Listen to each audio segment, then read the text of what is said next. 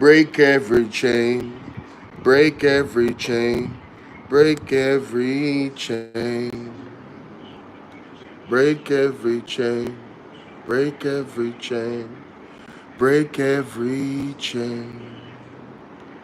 There is power in the name of Jesus. There is power in the name of Jesus. Oh, there is power. Connect to this. There we go. All right, let me just mute this because I want to go straight to the debate. All right. There we go. Amazing. Indeed, it is on. All right. I'm going to turn down that a little bit because it's very loud. But as I test the microphone, the speaker system is very loud. Let me try it again. You, the public, to send us your questions via direct message on Instagram, Facebook, and TikTok to Jamaica Debates. Now we invite Romado and Lyons to begin this segment with. All right. So we are at the point where it starts.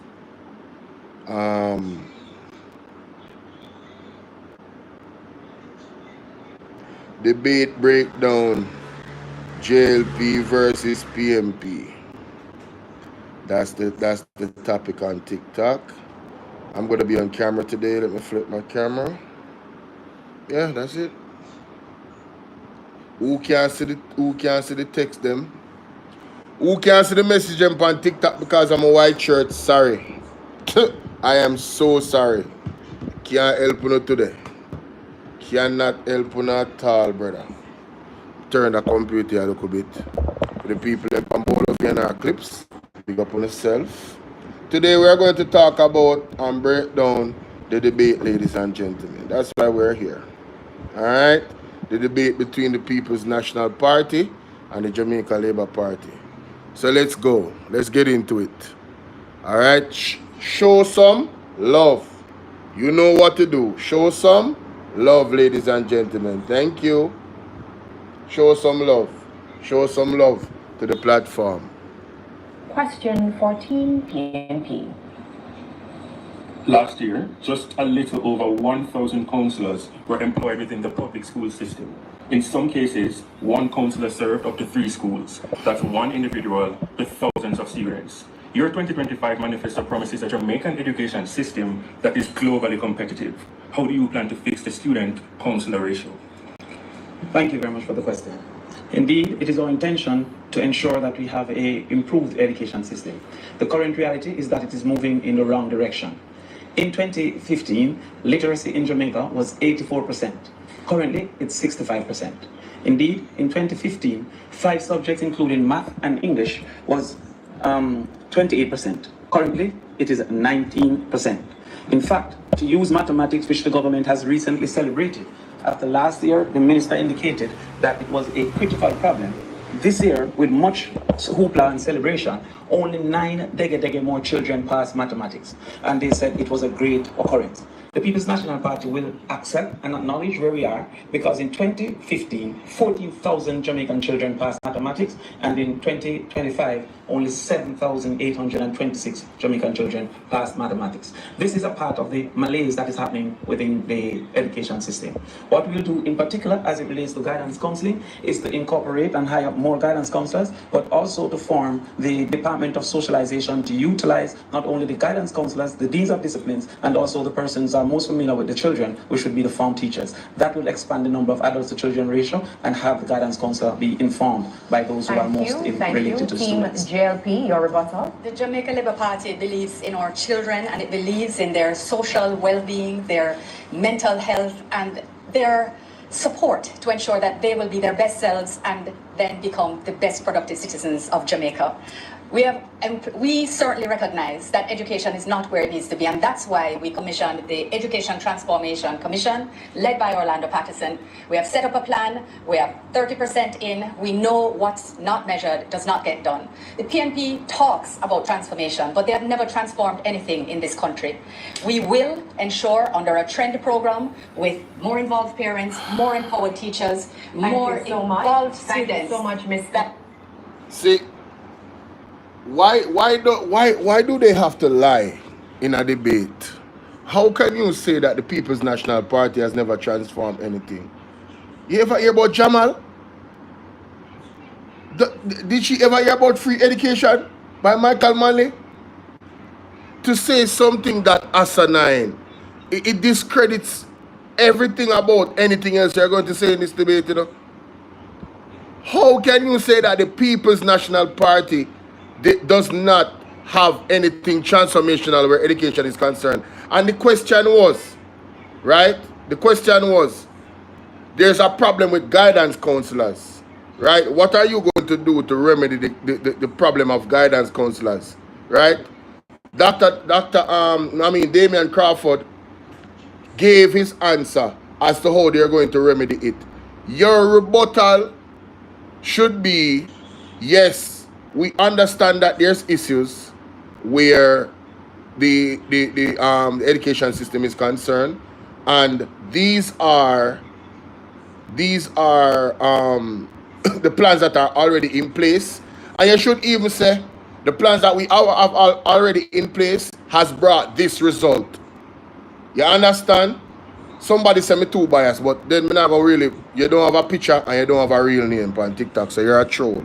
There's no way you can say me biased, because everything I just said is a fact.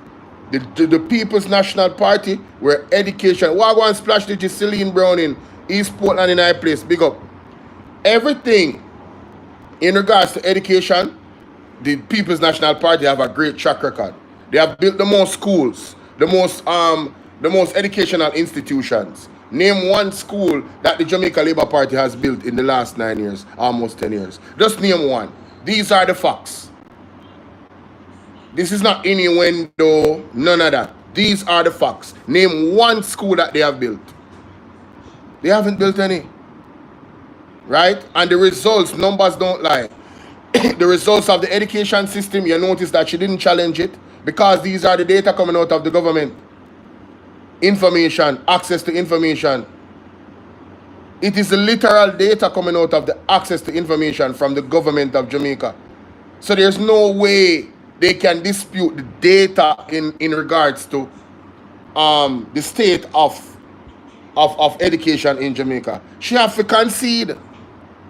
But to say that the People's National Party has never transformed anything, how do you think we are how do you think we're using computers and phones? It was the transformational planning and implementation of the People's National Party why we're able to use the media to actually make another source of income. If it wasn't for them, we wouldn't have phones, bro.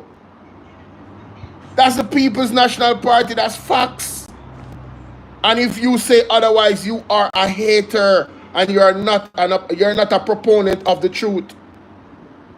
You're just not. Let's continue.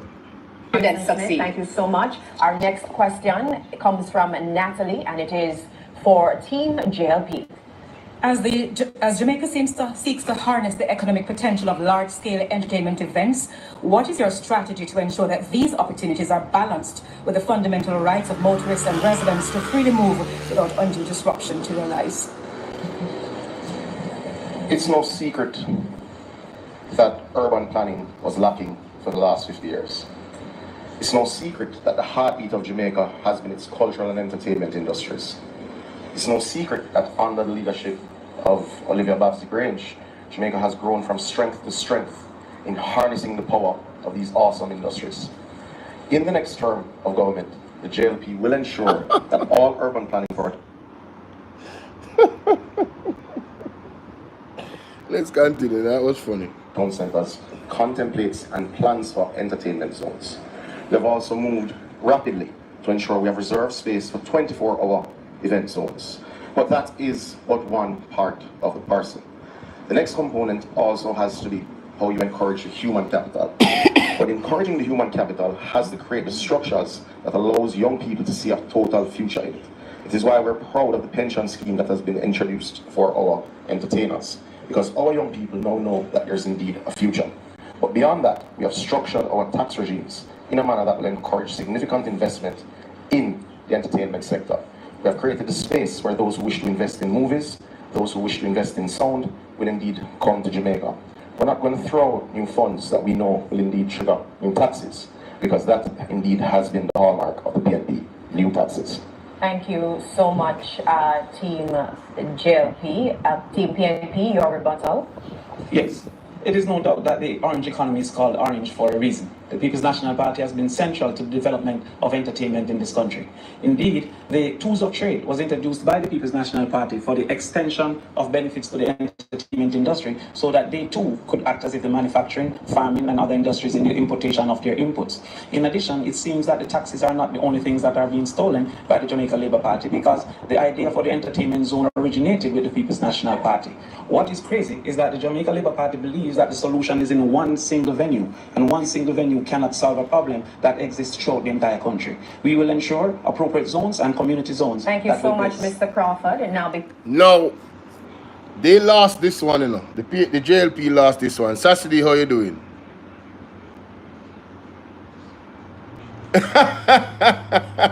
No, she just lied. But anyway, even the taxes argument, the Jamaica Labour Party collect the most taxes out of every government, out of any government in the history of Jamaica in the last 9 years.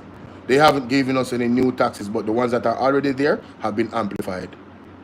Amplified. So cut the malarkey. Nobody will have sense not buying that. But anyway, in terms of entertainment, there's no doubt. Who locked down the party in a pandemic? Come talk to me. Who locked down the party them in a pandemic and allow such man and such big man to keep them event? Only the big boys could keep parties in the pandemic. If the rules around the pandemic was so important, why did such man, why did such man have a no movement day party? Shower labor right, no movement day, flight green, and was never charged. My point is that the JLP have continuously fought the small man in terms of entertainment and otherwise. They have a track record of doing that. Yes, the small man always gets hit, boop, and get torn down. This man, Mr. Damian Crawford, was the one that had the idea and put it out there about entertainment zones all over Jamaica, not one place. Not one place. So in terms of entertainment, oh, by the way, did you see our manifesto? The creative industry? Do you understand the fund that they're putting in for that? That includes the Ron Robbins, you know. That includes the small man, them, you know. You understand entertainment, you know, because it pushes revenue. Right? Listen, you don't have to be. This is not for the Christians. I'm saying, when you are keeping events, several individuals benefit. Now, when you have 24-hour entertainment zones, which Damian Crawford was the one that came up with that idea, right? Not only do you not disturb people with the Noise Amendment Act, right? So you get to go a longer period, so your capital and earnings increase. The man them where I sell roast breadfruit, yam, every little thing, them set up them little stall. That is, the more events keep in those types of areas and so on, and the more traffic comes in terms of people, it is going to increase the economy's movement of flow of cash. So the JLP, them lose on that one. I'm going to go back to the question again, what she say. Because I don't think him really answer the question. motorists and residents to free. That's why we commissioned the education 30% transformation. Thank you so much, Ms. That our Johnson students Smith. succeed. Thank you so much. Our next question comes from Listen to the question again. It is for Team JLP.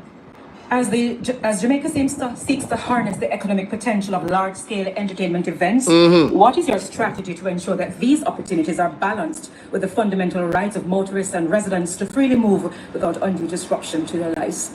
Okay, so the main point about her question was the movement of motors and the flow of traffic, because I think in St. Ann down by oh my God, what that place the name again? Near the entrance of the highway. Yeah, near the entrance of the highway. I think a Pearly Beach, that's her name. And they had big events there, and there was a blockage there that people could not move for 8 hours. The highway was blocked off for the amount of people that was coming to that event. So this is what she's asking. Rose McIntosh said, so will people still go to the police to get permit? Yeah, of course, there's going to be a structure for that. There's going to be a structure for that. Well, you have to get a permit because you're going to need police there. There's Discovery Bay. No, it's not Discovery Bay, my general. No, it's not Discovery Bay. When you come off of the toll, right there, so in a St. Ann, Mommy Bay, right there, so yeah, Mommy Bay, not Discovery Bay.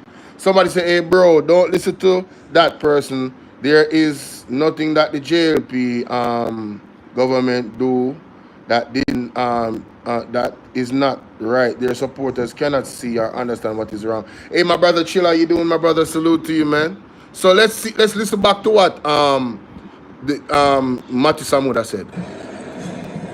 It's no secret that urban planning was lacking for the last 50 years. Urban planning, okay. It's no secret that the heartbeat of Jamaica has been its cultural and entertainment industries. It's no secret that under the leadership of Olivia Babsy-Grange, Jamaica has grown from strength to strength in harnessing the power of these awesome industries. In the next term of government, yes, JLP will ensure that all urban planning for our town centres contemplates and plans for entertainment zones. They've also moved... Okay. So he's saying that moving forward, they're going to be planning for the entertainment zones in terms of the traffic movement. That's what he's saying, right? Good. Rapidly to ensure we have reserved space for 24-hour event zones. But that is but one part of the parcel. The next component also has to be how you encourage the human capital. But encouraging the human capital has to create the structures that allows young people to see a total future in it. It is why we're proud of the pension scheme that has been introduced for our entertainers, because our young people now know that there's indeed a future.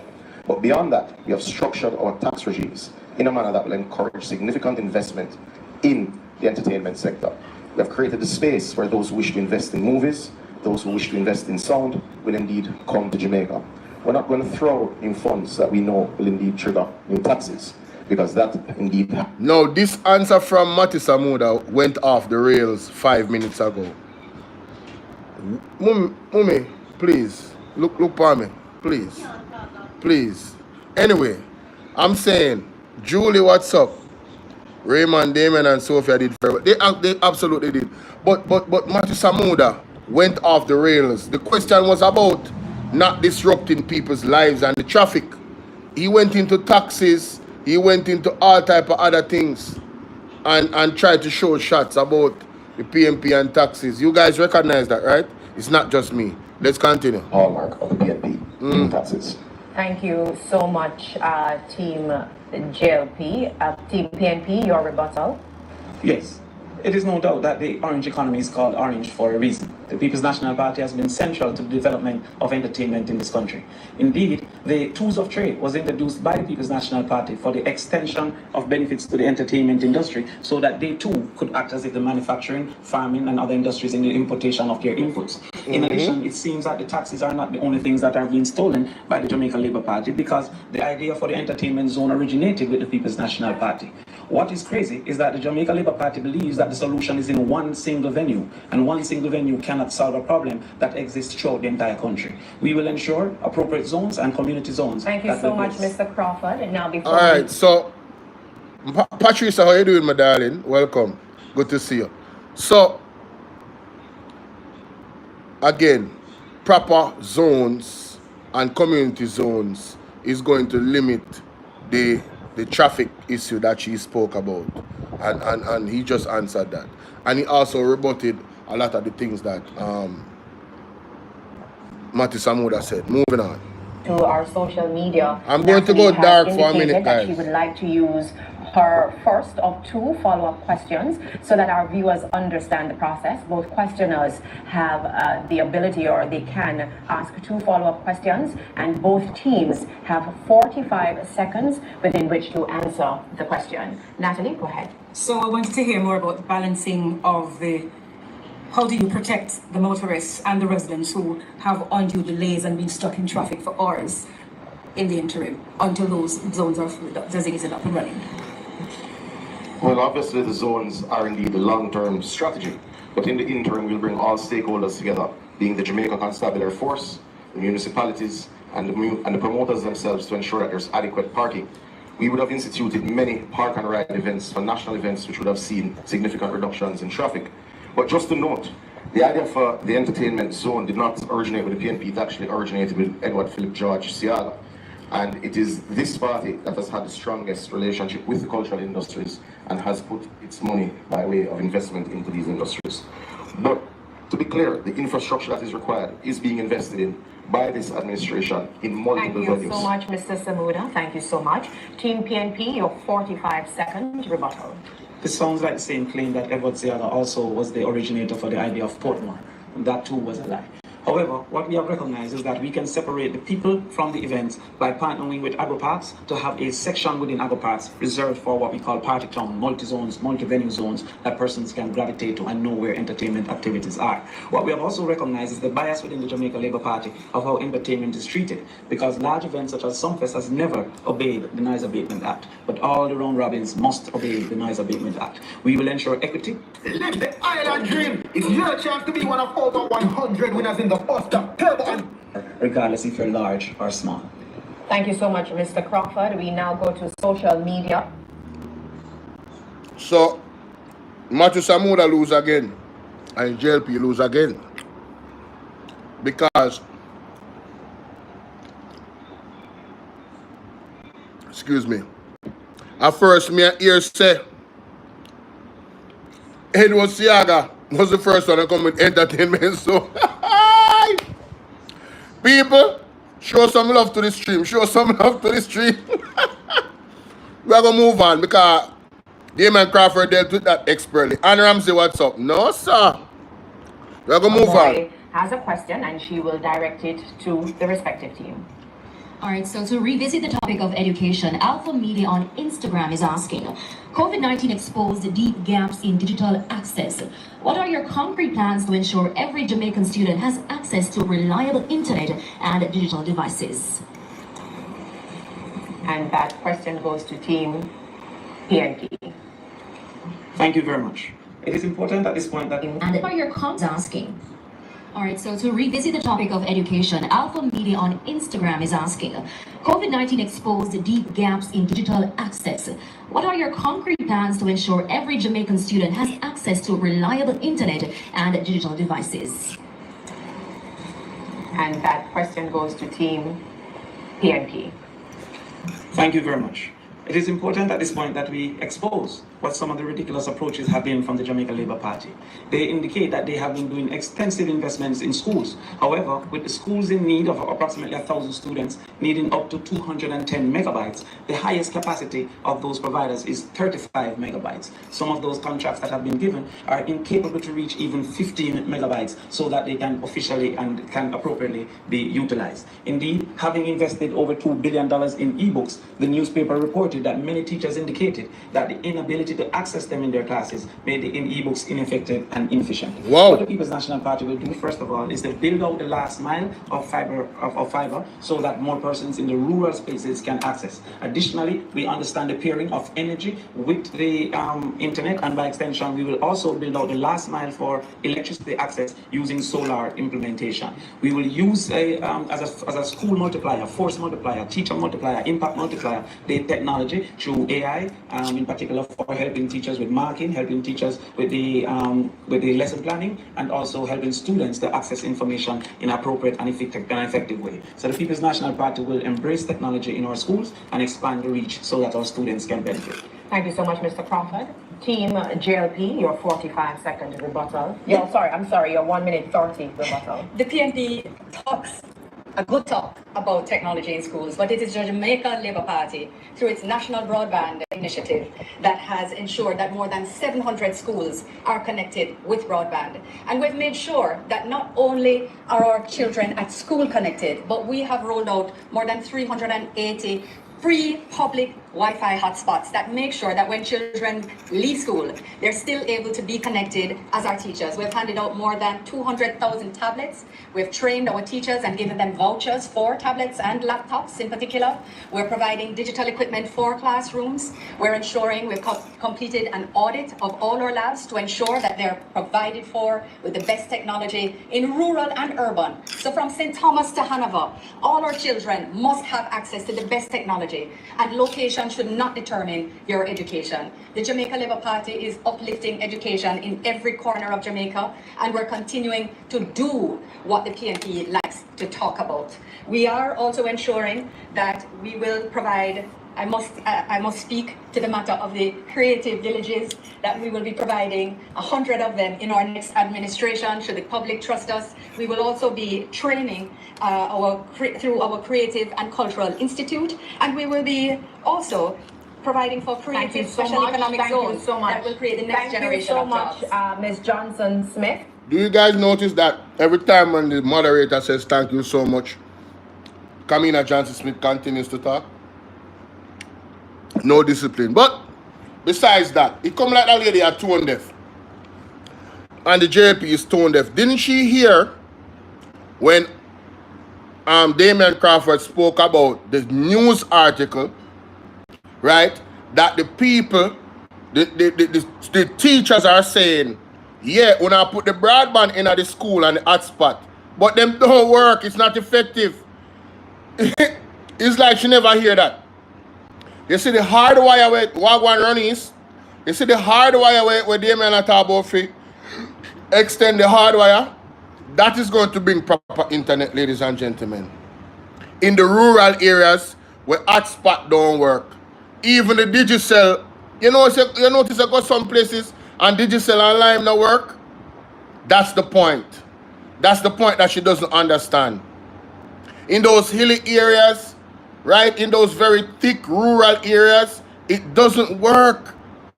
So even though you're expanding Wi-Fi here and there, it doesn't work. So the JP, and then she was talking about what? I want to hear this last part, because I swear this is an idea from the PMP. Mighty God of Daniel, listen to this. Be connected as our teachers. We've handed out more than 200,000 tablets. We've trained our teachers and given them vouchers for 200,000 tablets. Who pushed that?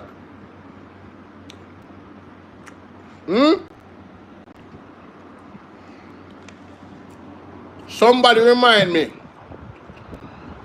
When did the JLP start rolling out tablets? Could it be when Isaac Buchanan start in tablet initiative? We want to go back and check. and laptops in particular. We're providing digital equipment for classrooms. We're ensuring we've completed an audit of all our labs to ensure that they're provided for with the best technology in rural and urban. So from St. Thomas to Hanover, all our children must have access to the best technology, and location shouldn't... You notice what you said? All of our children must have access. She never said that all of our children have access, you know. You have to listen to these people very carefully, you know, because they are slick. All of our children must have access. Not that they have access. Not determine your education. The Jamaica Labour Party is uplifting education in every corner of Jamaica, and we're continuing to do what the PNP likes to talk about. We are also ensuring... No. What I find very ironic about that statement is the PNP is not in power. The party that is not in power has to talk about what they're going to do. This is an election cycle. It's like them are trying to throw a shot at the PMP for doing what the opposition is supposed to do. Make it make sense. I don't get it.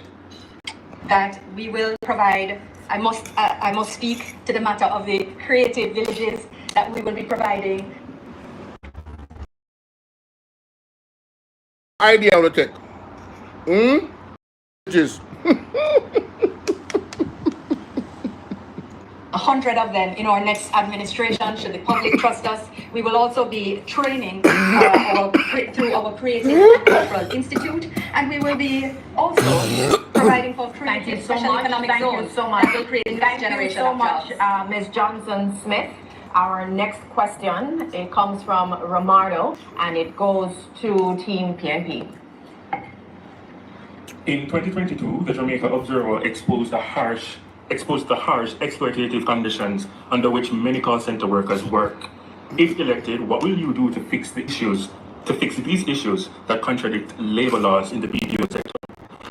You know, the start of that question is an acknowledgement that the provision of modern access to technology, including the internet, including broadband, including fiber optics, began with the liberalization of the telecommunications sector when Philip Powell was a minister with responsibility.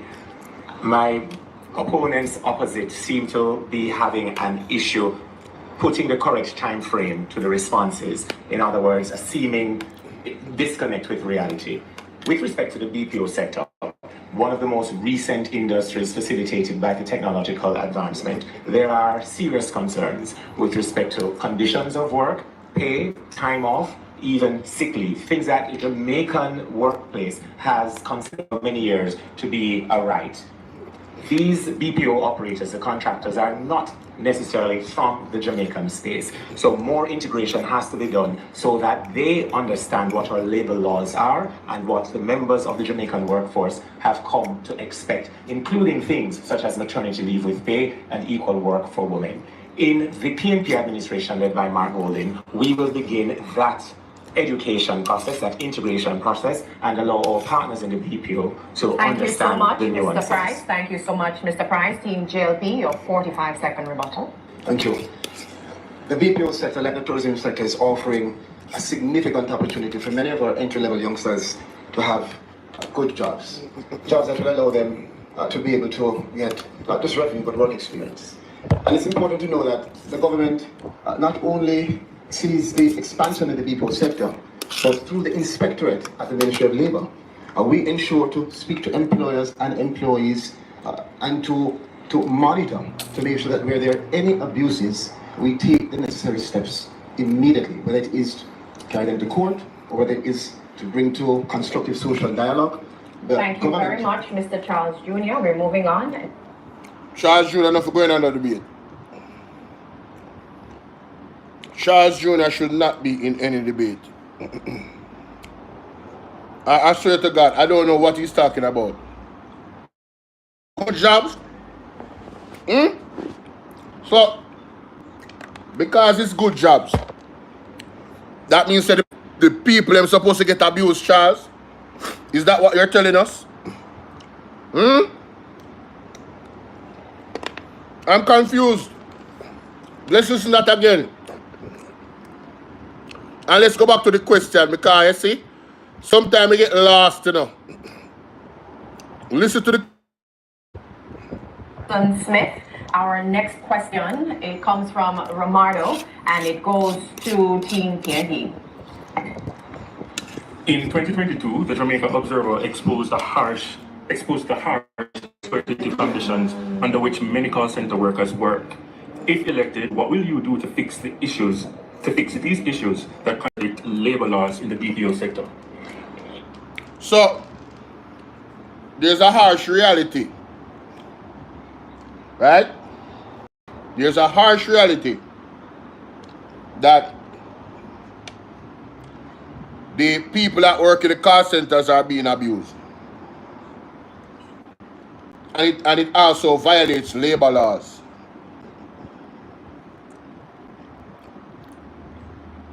What will you do to remedy this situation? That's the question, you know. Listen to the answer Well, I don't want to go to the answer. I want to go to the rebuttal. Listen to the rebuttal of this one. First thing when him say, Colonel Charles. Offering a significant opportunity for many of our... Thank you so much, Mr. Price. Team JLP, your 45-second rebuttal. Thank you. The BPO sector, like the tourism sector, is offering a significant opportunity for many of our entry-level youngsters to have good jobs.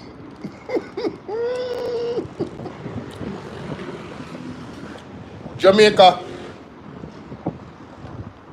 You hear who Colonel Charles are defend, right? These are your representatives. Colonel Charles, if those jobs are so good, why you not gonna do it? Why you not make your pity them go do it? Huh? Imagine the question is surrounding the protection of our people's labor laws, right?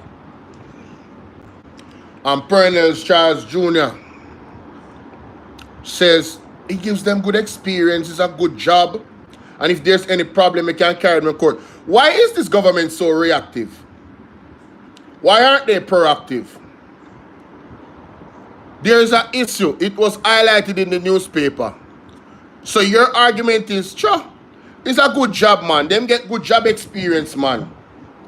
You understand? And if there's any issue, we can carry them go to court. Or then have discussion. Brother, you should have been have discussion already. You should been having discussion already as to how we're going to change this and remedy this. Wagwan Powell. Powell, right? Rose McIntosh, big up. Kryptonite say the man them bench Colonel Charles, the liar. My bad. They say lawyer. Only brightness Kamina showed was her skin, but you cannot send featherweight to tackle heavyweight. This wasn't a debate. But I tell you, this was the teacher's teaching. This was the teacher's teaching, ladies and gentlemen. This was the teacher's teaching. Thank you guys for the follow. Thank you guys for the love. Sonia_beer, big up. Steffi, what's up? Steffi said I'm a train thief. Mighty God. Mighty God. Jobs that will allow them to be able to get not just revenue but work experience. And it's important to know that the government not only sees the expansion in the BPO sector, but through the inspectorate at the Ministry of Labour, we ensure to speak to employers and employees and to monitor to make sure that where there are any abuses, we take the necessary steps immediately, whether it is carry them to court. Brother, the necessary step would be to enforce the labor law and even make it even stricter and charge these entities for breaking those labor laws. You, the government of Jamaica, is supposed to protect the people. But you guys are more focused on protecting the investors and not the people of the country. It's a damn shame. And making excuses for them. It's a damn shame. To bring to constructive social dialogue. Thank you very much, Mr. Charles Jr. We're moving on. Natalie has the next question, and it is to Team JLP.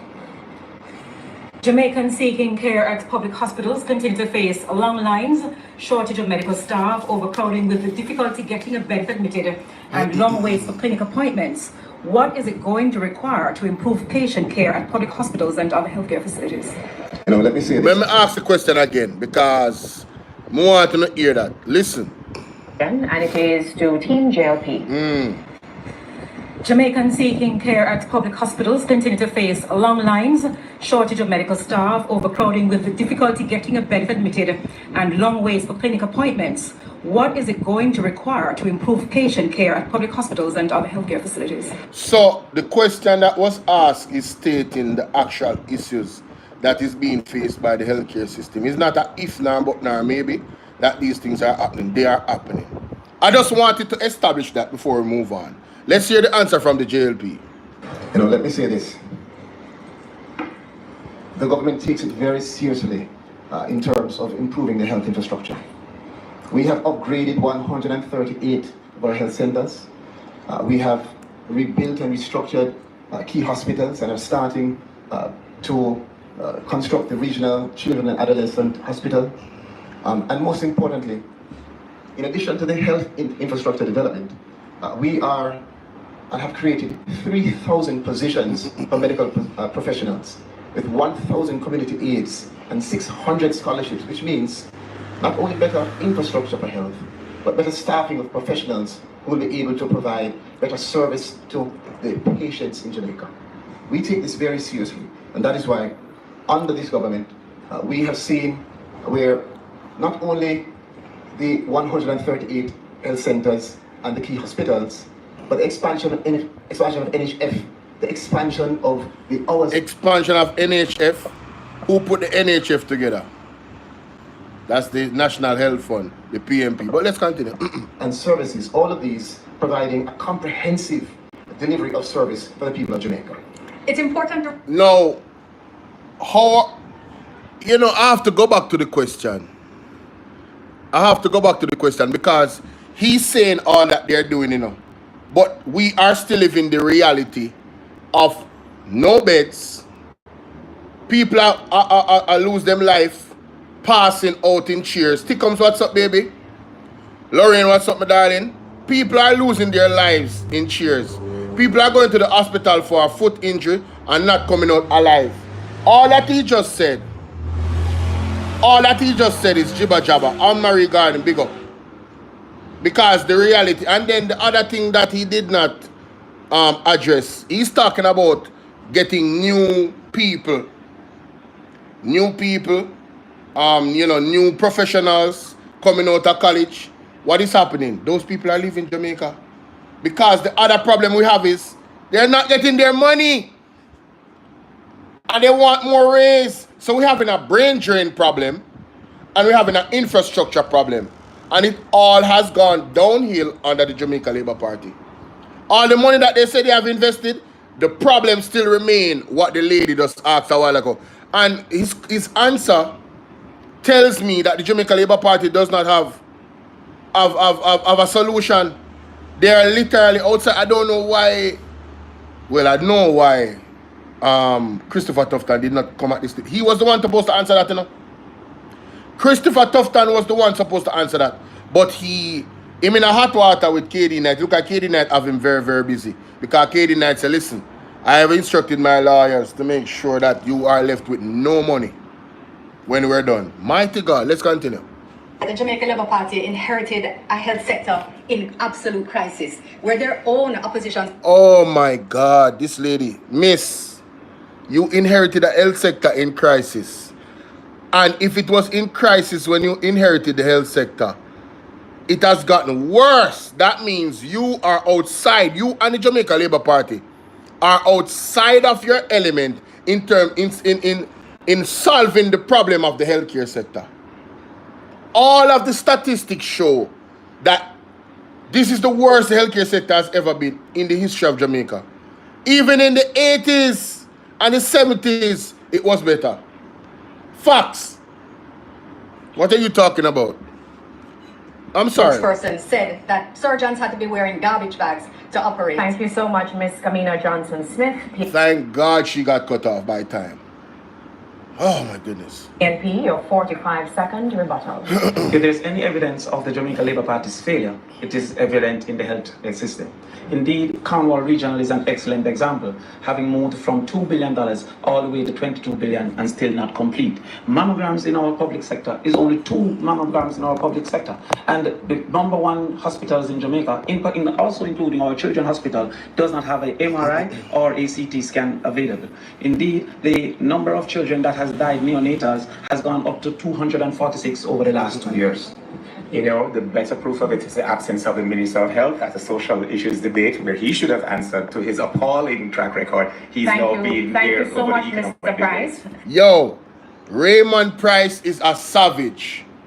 And for the people on Bolivian, oh, never mind. I just messed up. I'm sorry, y'all. I was gonna tell you guys to come over to Bolivian, But I'm sorry, never mind. I'm gonna fix things. All right? Let's continue. Thank you so much, Mr. Price. We take a question now from our social media editor, Amoy. Thanks, Janella. Well, this question comes from Nita's Funeral Home. They're asking, funeral homes contribute significantly to Jamaica's economy, yet the industry remains largely under-regulated and under-supported. How do you plan to formalize the industry, ensure proper insurance options for families, and use the sector's contributions to expand opportunities such as national scholarships for Jamaicans? Okay, just to explain to our viewers, both teams have equal times to respond to the social media questions. Team PNP, you go first. The issue with the under-regulation of the funeral home sector first came to light during the advance of the COVID pandemic, when there was a lot of misinformation and a lack of information as to whether or not post-mortem there could be a transmission of the COVID virus.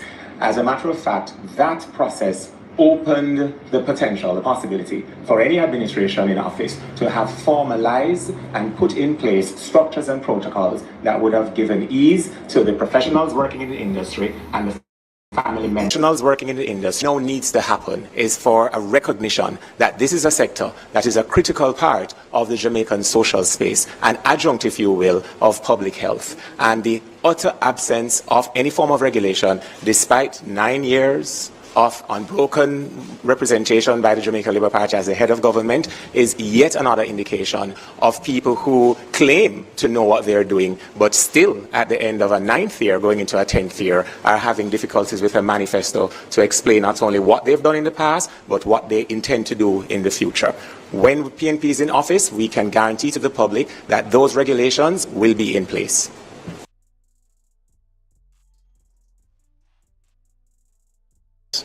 Jobs that will allow them to employ professionals with 1,000 infrastructure, and that Party inherited a health sector in absolutely and still not complete. Mammograms in our public sector is only 2 mammograms in our public sector, and the #1 hospitals in Jamaica, also including our children's hospital, does not have a MRI or a CT scan available.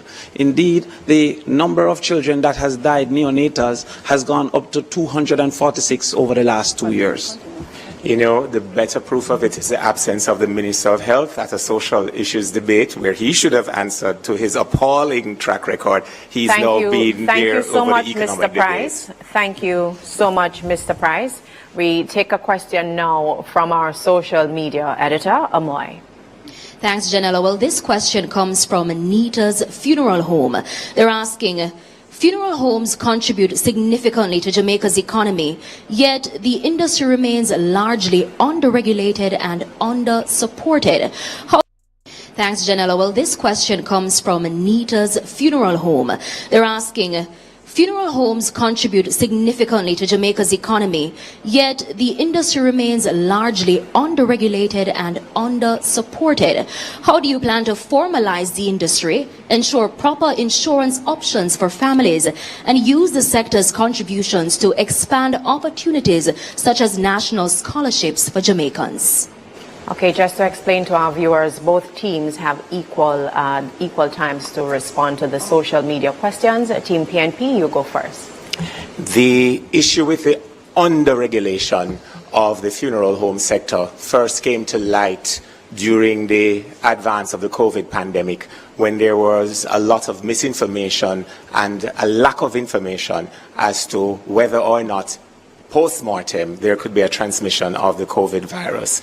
As a matter of fact, that process opened the potential, the possibility for any administration in office to have formalized and put in place structures and protocols that would have given ease to the professionals working in the industry and the family members of the deceased. What now needs to happen is for a recognition that this is a sector that is a critical part of the Jamaican social space, an adjunct, if you will, of public health. And the utter absence of any form of regulation, despite 9 years of unbroken representation by the Jamaica Labour Party as the head of government is yet another indication of people who claim to know what they're doing, but still at the end of a 9th year, going into a 10th year, are having difficulties with a manifesto to explain not only what they've done in the past, but what they intend to do in the future. When PNP is in office, we can guarantee to the public that those regulations will be in place. Okay.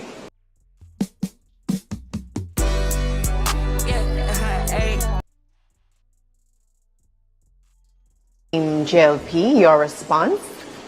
The issue with the lack of regulation in the funeral home sector came to public attention in 2014 when the funeral homes with contracts with the government for paupers burials were not being paid. That is when the issue came to mind, or rather came to public attention. The reality is the sector is indeed lacking sufficient regulation.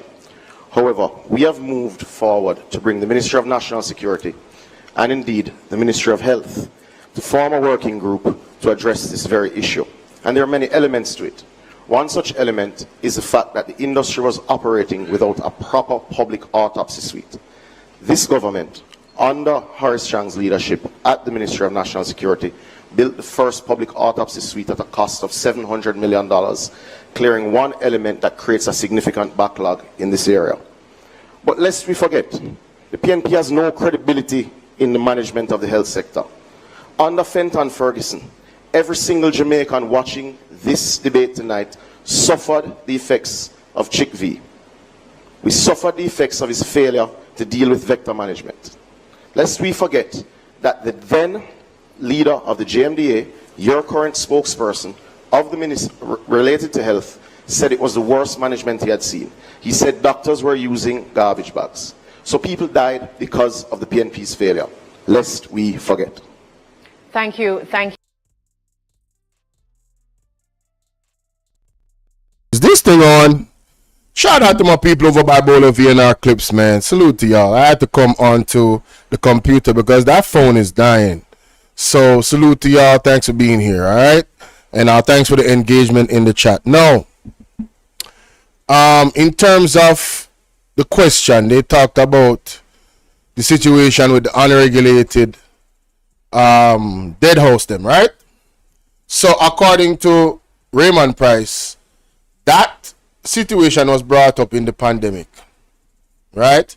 And what Raymond Price is saying is that given that it was brought up in the pandemic, it gave the JLP an excellent opportunity to actually solve the problem. Yes? Now, in the answer from Matthew Samuda is saying, well, this situation started 2014, laying blame on the then Portia Simpson-Miller led administration.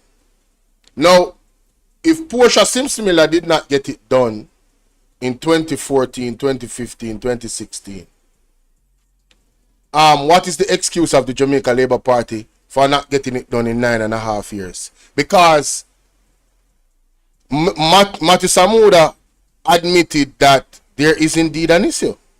And it is indeed needing of some type of regulation. Right? So I think he shot himself in the foot with his rebuttal. He shot all of the JLP healthcare in the foot. Then he went further.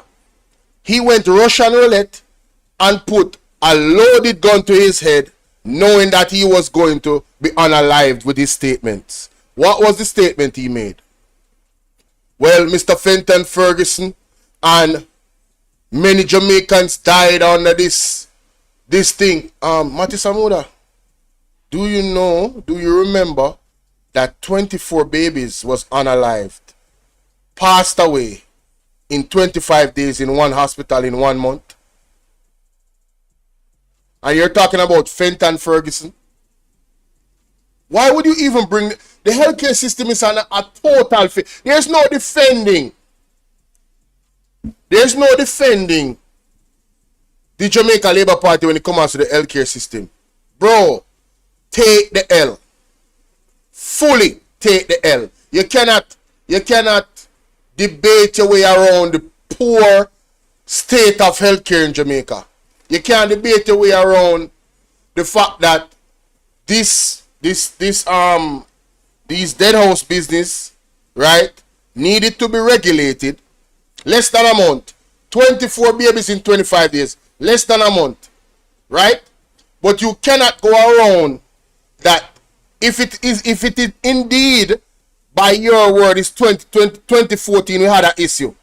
It is 9.5 years and you guys have not solved the issue. What makes you competent to lead us into another 5 years? Why should we trust you that you will solve that issue in 5 years? I'm telling you, what's her name? Emily Crooks. Emily Crooks said Matty Samuda was the only one that stood up in this debate for the Jamaica Labour Party. And I'm saying all of them has failed them. If you listen to the arguments, all of them is a failure. All of them is. Let's continue. I swear, no, this bad. He just destroyed his own party with those statements. Them things are too easy for debunk. I'm not even in the debate. This is too easy.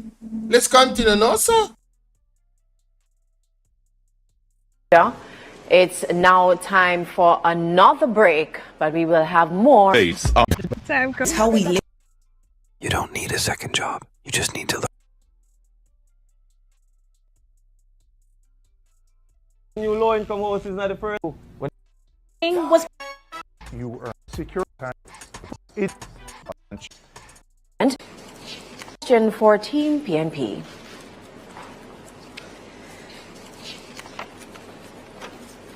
Good evening again.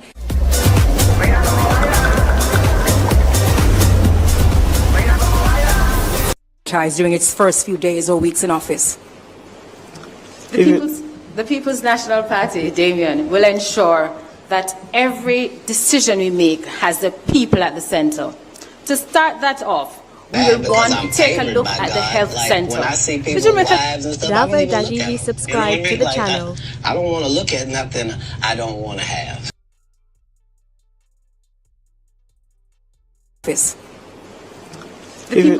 The People's National Party, Damien, will ensure that every decision we make has the people at the center.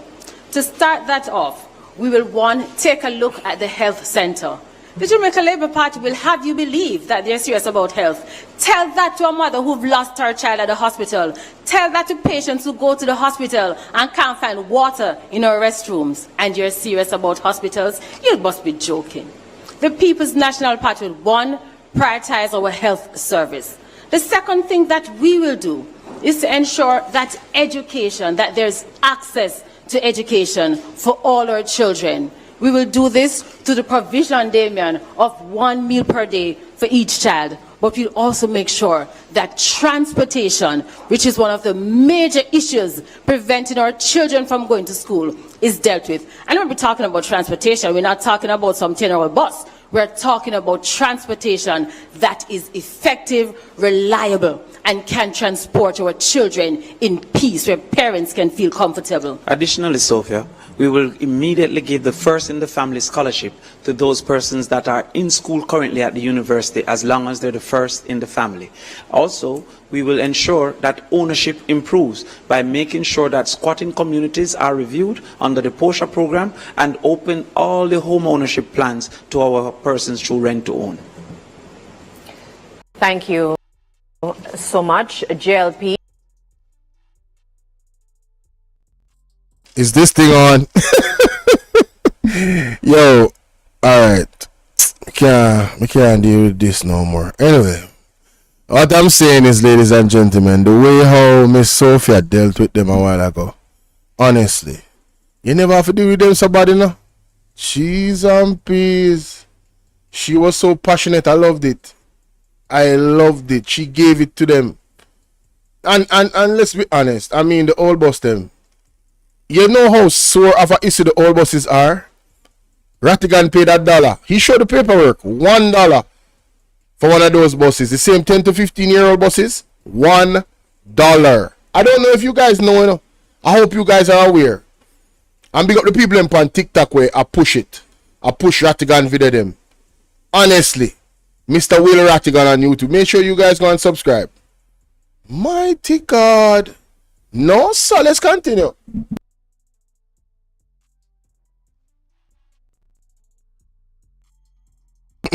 One more thing. The first first in the family to go to college. Listen, man, that is so huge. I never knew that the plan was so dope to the point where I am in college presently, right? I'm just giving you a scenario.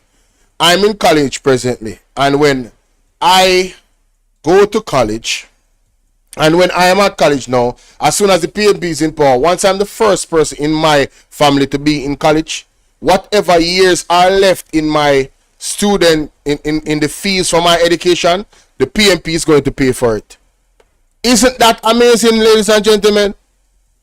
No. Seriously, when you're talking about pushing education, isn't that an amazing plan by the People's National Party? It screams remnants of Michael Manley. Michael Manley gave free education, you know. But they're saying, you qualify to go to college. You're in college right now. Right? Even if you're in college right now, wherever you are, they are going to start to pay for the rest of your college situation if you're the first in your family to reach college. You can't, do that and beat, you know, you can't get better than these people. Vote policy, not party.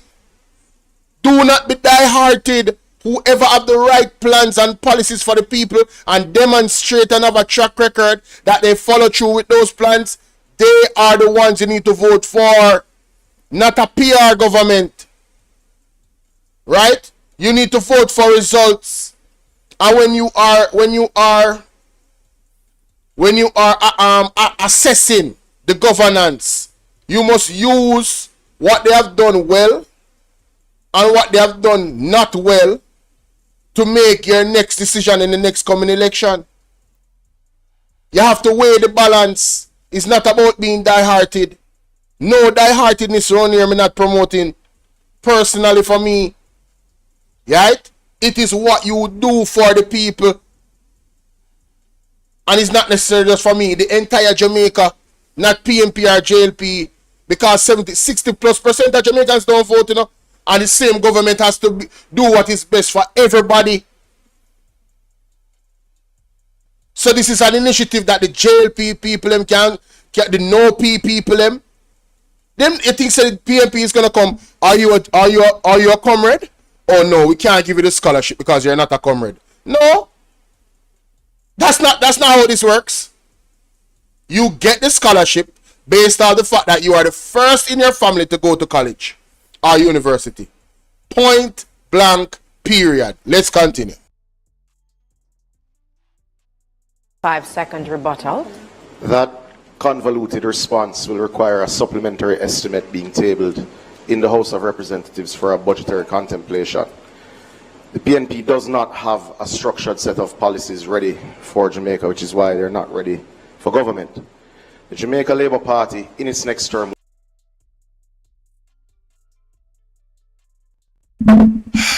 the man just said a whole bunch of nothing a while ago. Brother, you guys don't even have a manifesto and you're at a debate.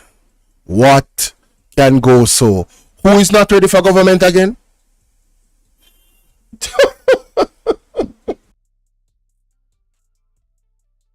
will continue to pursue peace, productivity, and indeed prosperity. Ultimately, the Jamaican people are happy with our suite of achievements. You see, we have cut poverty. We have cut unemployment. We have grown the economy. We have invested in infrastructure. And that is why the Jamaica Labour Party will indeed be returned to government. Thank you, Mr. Samuda. Romardo has the next.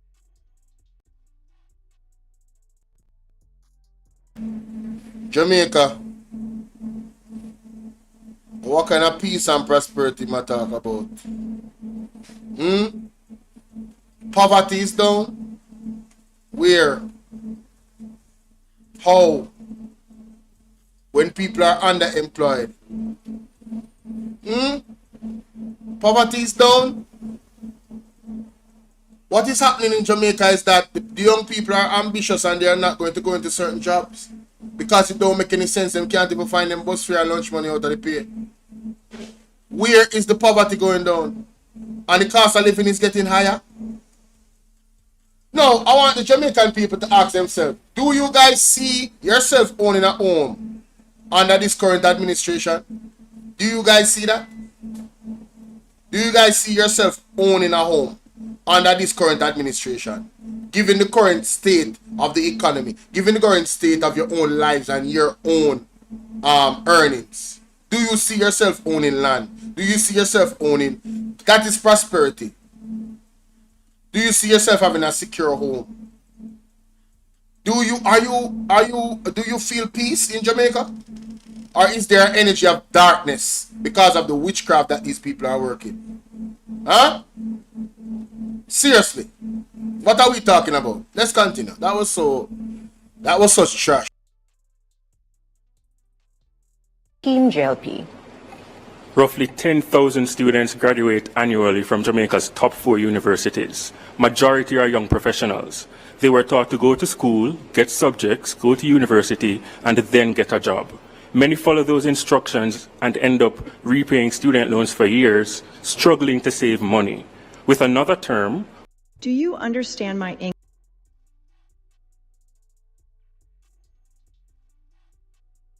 what will you do to ensure in your first year that more educated youth can have a taste of prosperity? The Jamaica Labour Party believes in our young people, and this is why we've already reduced interest rates at Student Loan Bureau. We've removed the requirement for guarantors, again taking away the barriers. And in our next term, we'll not only institute the new policy wherein students can have access to a loan which covers not only tuition, but accommodation, books, laptops, and food, living expenses. More importantly, of course, as we touch on the issue of debt, we know that our young people sometimes get thrown a curveball by life. That's why the Jamaica Labour Party is not only going to expand the moratorium which already exists, but we will institute the student loan debt reset. Under that policy, we will be waiving for all delinquent accounts 100% of penalties, 100% of interest, 100% of insurance charges, and 50% of interest arrears, ensuring a fresh start for those who just have had life take a wrong turn. For those who are in good standing, they'll be rewarded for their responsibility and, of course, encouraged to continue in their good efforts, and they will get a credit to their account of $100,000 per account in good standing. Those who, of course, are at the cusp of closing out their accounts, we will pay up to the amount required to close. This is us not talking, but acting. Thank as you always. so much, Ms.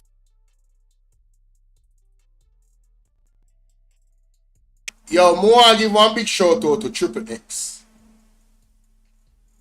I don't know him, but I watched Triple X breakdown last night. Triple X, pick up yourself.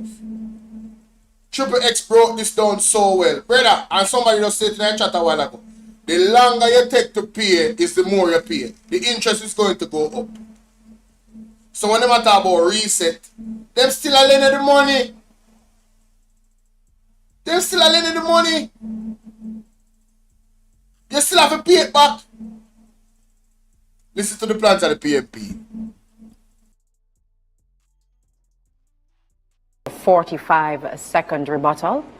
The People's National Party will ensure that our young people not just dream, but have a chance of being the best they can be. So what are we going to do? One, we're going to make sure that there is $1 billion available so that they can get $500,000 towards their deposit. Secondly, what we are going to do is to have what we call a forgiveness, a graduated forgiveness of students' loan. So for every year that you work in the public service, your students' loan payment will be discounted. And we understand that sometimes you leave university and you simply just can't get a job. The present system says you must still pay your students' loan. We are saying no, an end to that.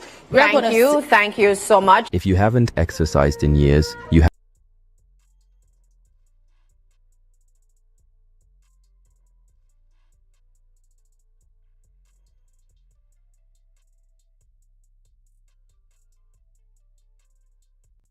Me now go bias.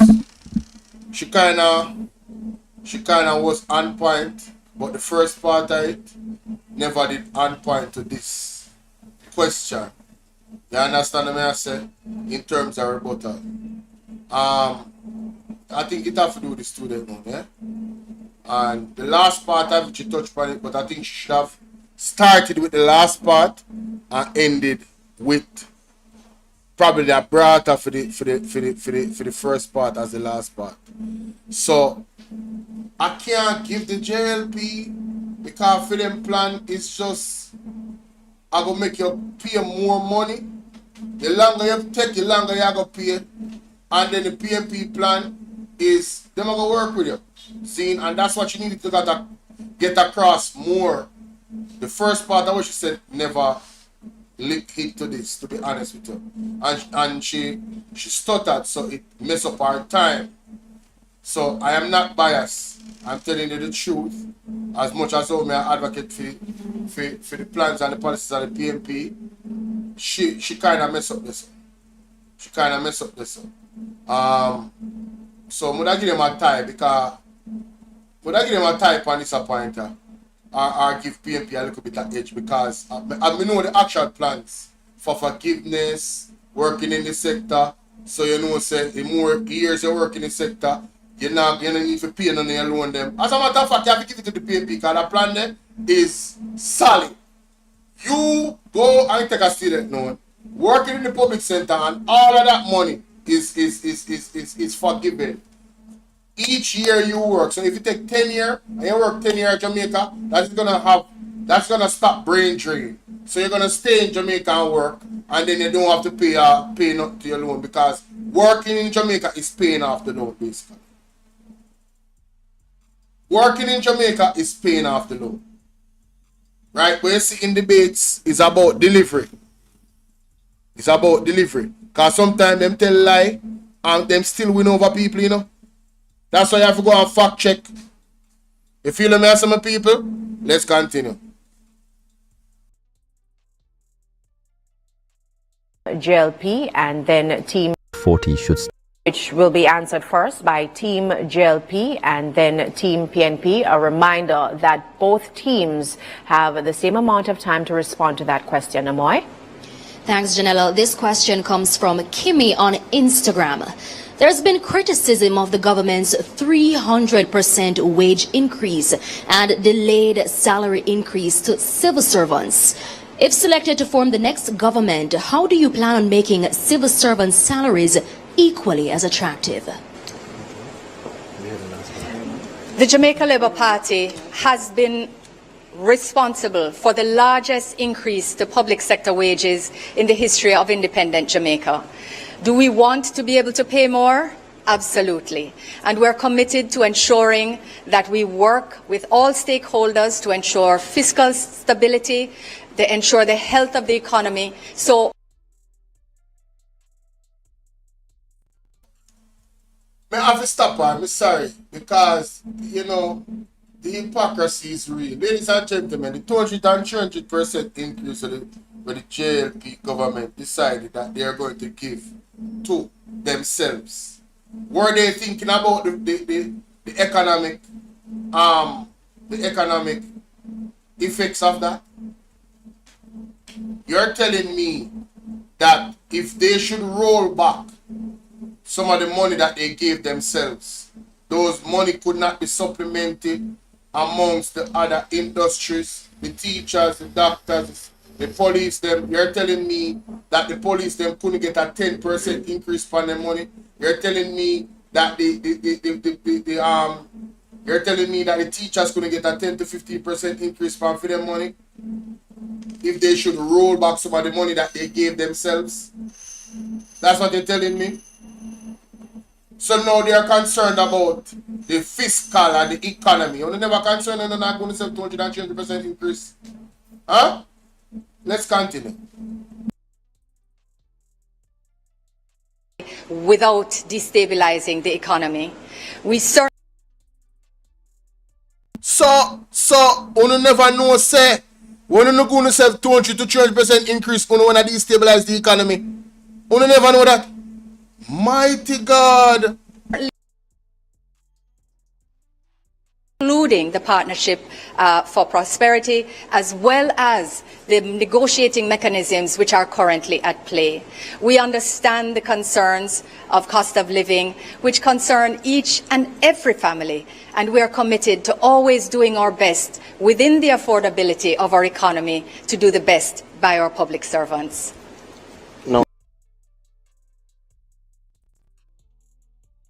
Throw around the word commitment very loosely, you know. But when you look at their actions, you see the commitment is only to themselves and their pockets.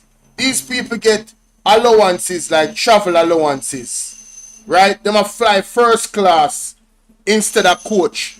Big up to Ibrahim Chari.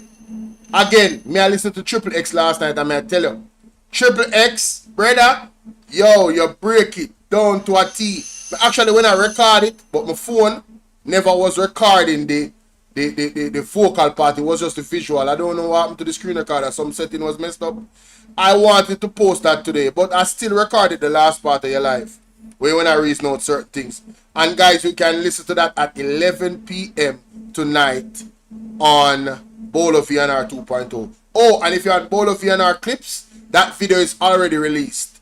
And that's why I want you guys to subscribe to all of my platforms, because Bowl of VNR Clips usually release the videos before Bowl of VNR 2.0.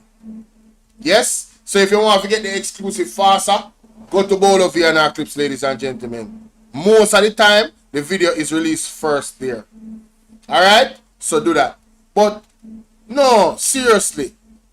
These people are something else, you know? But let me hear the PMP. No. Lest we forget, when the salaries for parliamentarians were announced, the opposition spokesperson on finance got up and said he had no objection, only to cut off at the knees by the leader of the opposition the next day. It's not the first time the leader of opposition has cut off one of his spokespersons at the knees. He has cut off Senator Crawford at the knees when he proposed an additional 2 hours for schools and an additional tax to fund education. This is a common pattern with them. But the opposition will not roll back parliamentary salaries because they support it. Thank and you they so sat much, on the Mr. commission. Samuda. Me see Matty Samuda try to divide and conquer. So you must say Mark Golden cut off the knees of Julian Robinson and cut off the knees of Damian Crawford. Well, that is sometimes what leadership has to do. Yes. Tough. Sometimes leadership have to make tough decisions. Sometimes leadership have to make an executive decision. Mark Golden is not afraid to make executive decisions. While Julian Robinson might have not had a problem with it, in his wisdom, Mark Golden saw, no, this is an issue. What is wrong with that? What is wrong with that?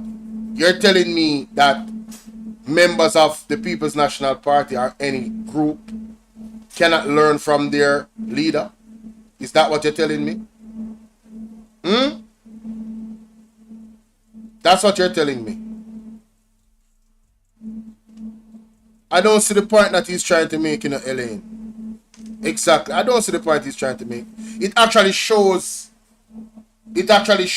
a good leadership characteristic from Mark Golden.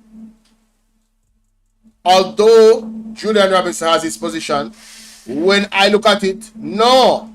This is looking forward and far in between of it. No. We should not do this. What is wrong with that? But let's continue.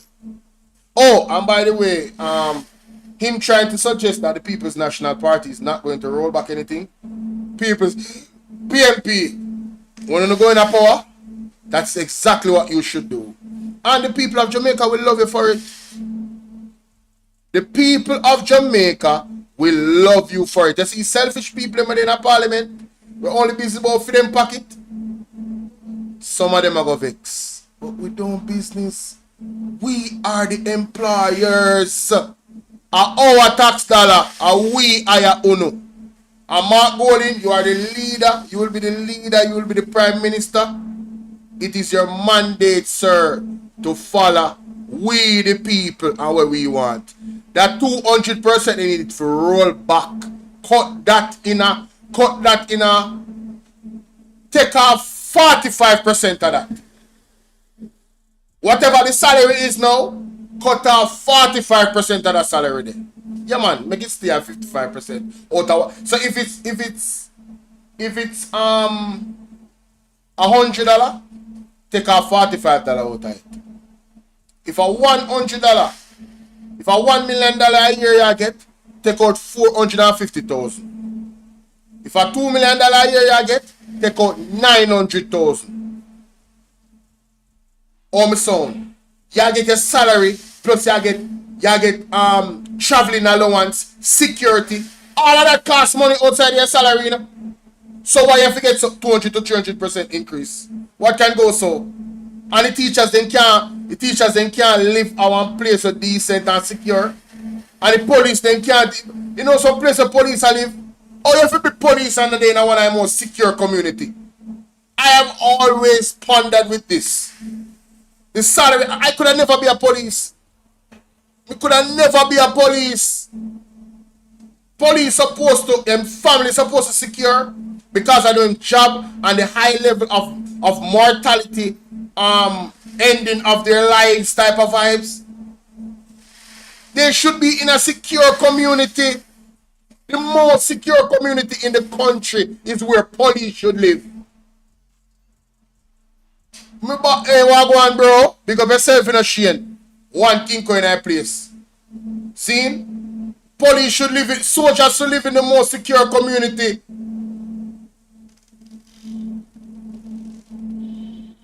And the man them live at some place where I say, really? You know how long it take a police reach certain status and level in terms of them economic? Why you think them a thief money and them something and I get involved in a criminality? Because them actual money where them a work cannot sustain a safe living for what they do. It's not working out, bro. It's not adding up. And these are the same people that protect the politicians and end up on the road. And for them family not protected. I mean, Damien Crawford said, I'm sorry I'm going off on a tangent, but me beat the police them bad when them do wrong, you know. But honestly, let us be real. They should be in a better position than they are with their salaries, brother, and them state of living.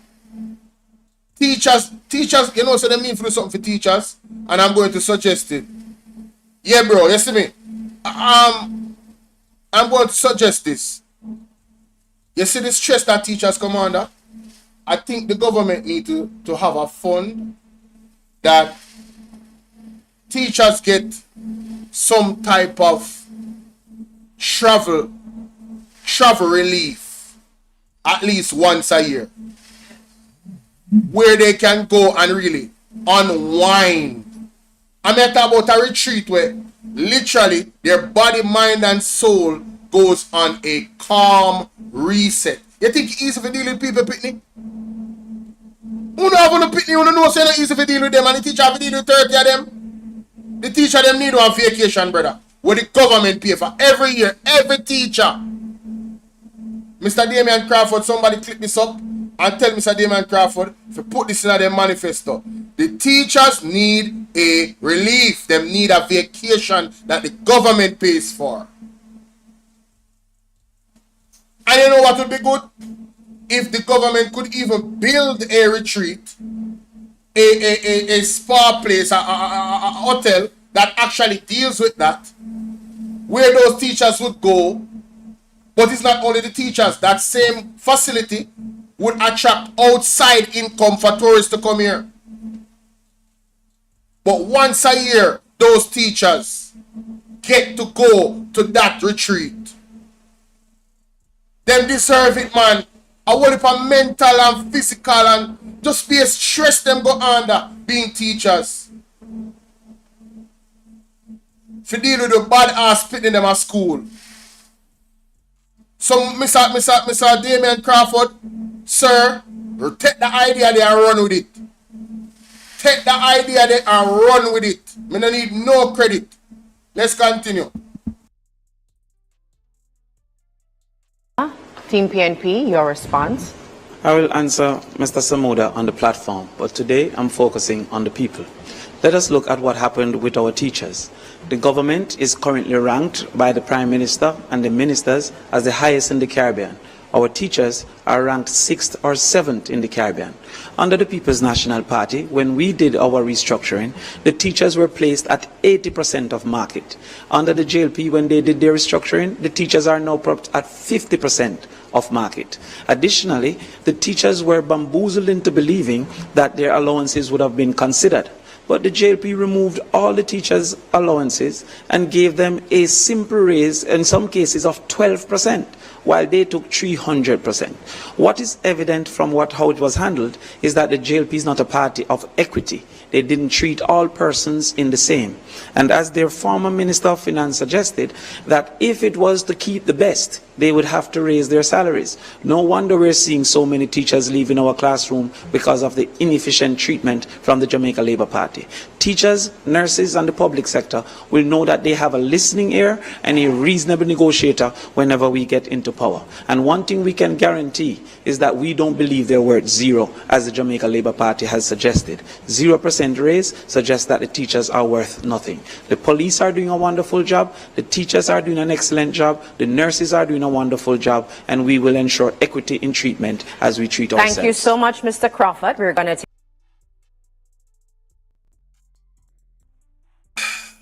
I don't need to say anything. Damien Crawford just totally did that.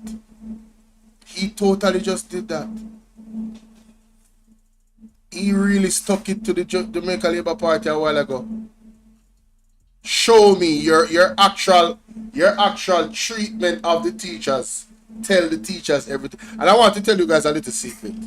The teachers are going to vote out, you know. The teachers are going to vote out the Jamaica Labour Party. You hear what I say? Quiet as kept. They're not loud. They are not loud. But they feel what you guys are. They see what you guys are doing. Let's continue. Yeah, Amoy. This one is from Joel. Many Jamaicans are concerned about the limited access to beaches and the costs that apply to them. What measures will you put in place to ensure that Jamaicans have greater access to their beaches? Team PNP, you get to respond to this question first. Over the last 9 years, there have been countless situations, Miami Bay Beach, Bob Marley Beach, where Jamaicans have been denied the right of access to beaches. For us in the People's National Party, right access to beach is not an option, it is a right. And because of that, we will ensure that all Jamaicans have access to our beaches. We have done it before. In our last administration, we spent over $12 billion rehabilitating Winifred Beach, Prairie Beach. We've done it already, we're going to do it again. So what are we going to do now? We are going to ensure that the provisions in the Beach Access Act come to life. And where the amendment needs to be made, we're going to do that. What we're going to do as well is going to ensure that we work with all our tourism partners, all our private investors, so they understand that access to beach is a right for all Jamaicans. Thirdly, what we will do is to ensure that we rehabilitate beaches so that persons, when they come to beach, whether they're fishermen or they come for relaxation, that they can do it in dignity. Because for the People's National Party, access to our beaches is not just something you do. It is a matter of justice, and it is a right. And we commit that we will have access to beaches. Thank you so much. I don't think you can get it any clearer than that. It's very, very simple. The Beach, the Access to Beach Act. And you know Mark Golding is a legislator, so it's going to be done. And it's not going to take a long time for them to do it. Remember, Marky G put out legislation faster than how some people breathe. Yeah, man. Him dangerous by the legislation, man. So you see, these core issues, some of these core issues will be out of the way. They're not gonna make them linger. Get it done. Boom. We have bigger fish for fry. We have 50,000 also for bill. You feel me I deal with? We have to fix education. We have to fix the hospital wagon cookie. We have to fix these things. So you see beach access, legislation, done, boom, done with it. The JLP has not remedied the situation. The beach access thing has gotten worse under the JLP. Alright? More beaches are closed off from the public. And let me tell you something. What I was saying about the actual teachers getting that relief, a daily relief, a weekly relief is access to beaches for people that is under severe stress and mental health. We are being caged in like prisoners here in Jamaica. A wall is being put around the beach areas then. It is a therapeutic situation for access to beaches, ladies and gentlemen. Right? And honestly, what I learned from Will Rattigan is that all Andrew Honest had to do, in the whole time when this was an issue, is sign a piece of paper and everything would have changed. Why didn't he do it? It's a simple fix, He has the authority.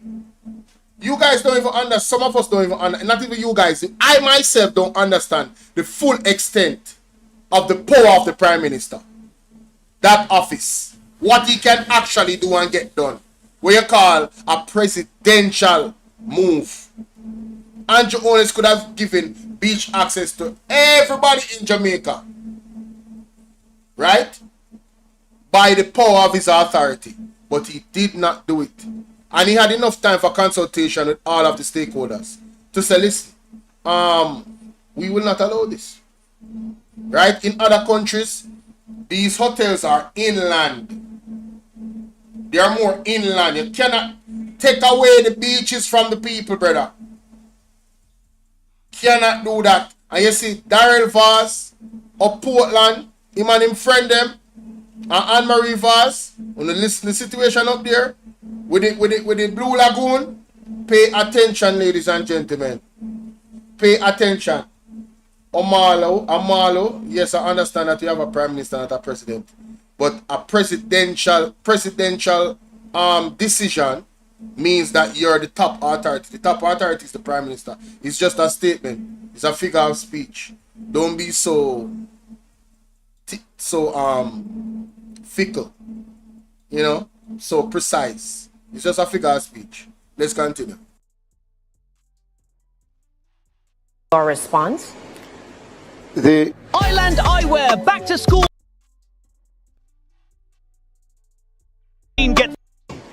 When the People's National Party took away Cornwall Beach from the people of St. James, they did so without a care in the world.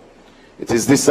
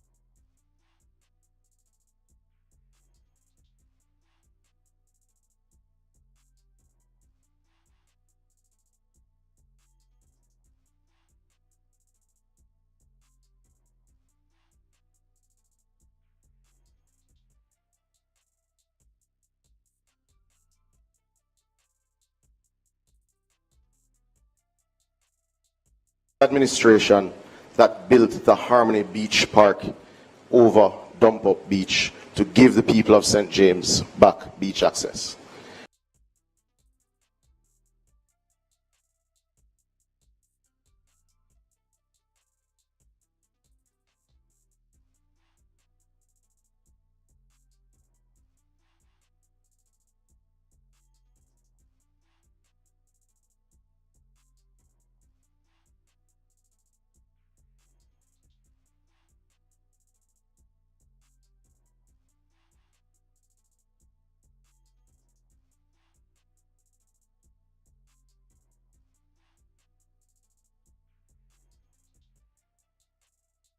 It is this administration that will genuinely renovate the Priory Beach in St. Ann. I'm not sure what was referred to as a renovation because that's a joke. It is this administration that will ensure that the Padgy Beach and indeed the Boston Bay Beach in Portland will be returned to the people of Jamaica. There isn't a Beach Access Act, as was mentioned, but there is the Beach Control Act. This administration will indeed, at the first sitting of the new Parliament, table the beach access policy, which will guarantee windows to the sea being maintained, corridors to the sea being a facet of development approvals, as we have recently done through NEPA with hotel approvals in Trelawney and in the Grill, where there are corridors built by the hotels to facilitate access for citizens. You see, our policy is important, but beach access cannot just be words. It has to be investment in beaches like the Harmony Beach Park. It has to be corridors to the sea, as we have indeed insisted upon through our approval process, through NEPA, in Trelawney, in the Grill, and more to come. Thank you so much, Mr. Samuda. Thank you so much. We will now...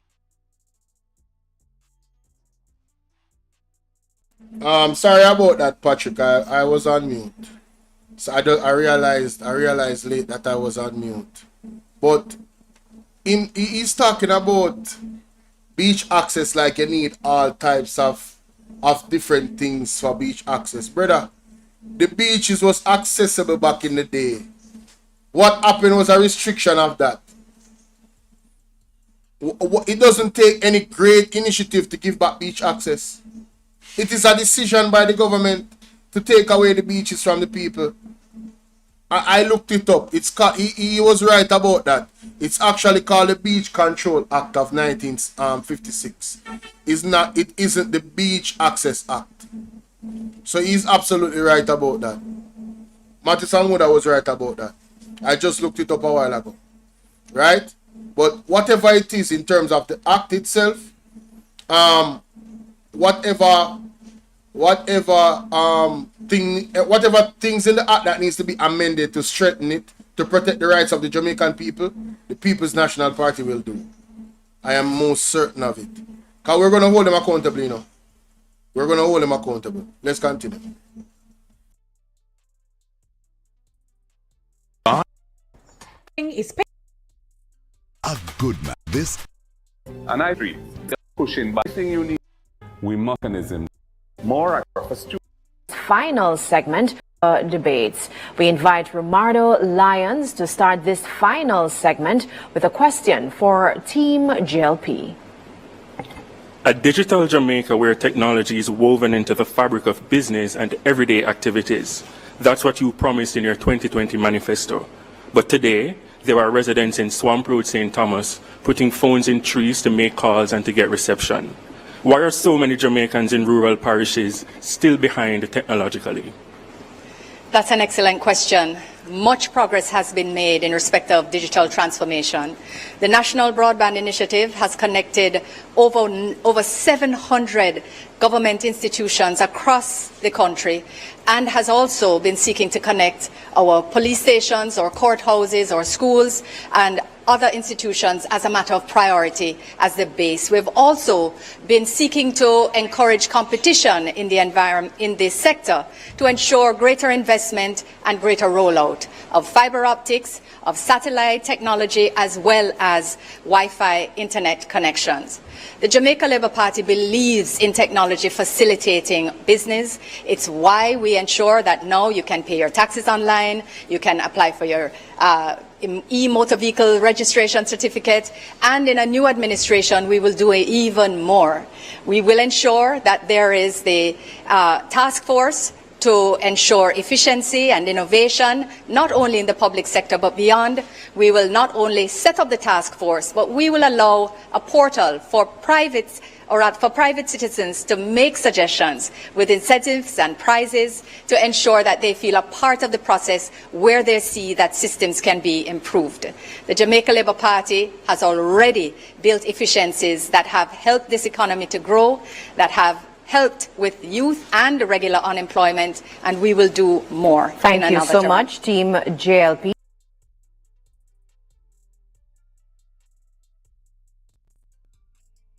I want to really let the question be asked because I heard she say something about fiber optics.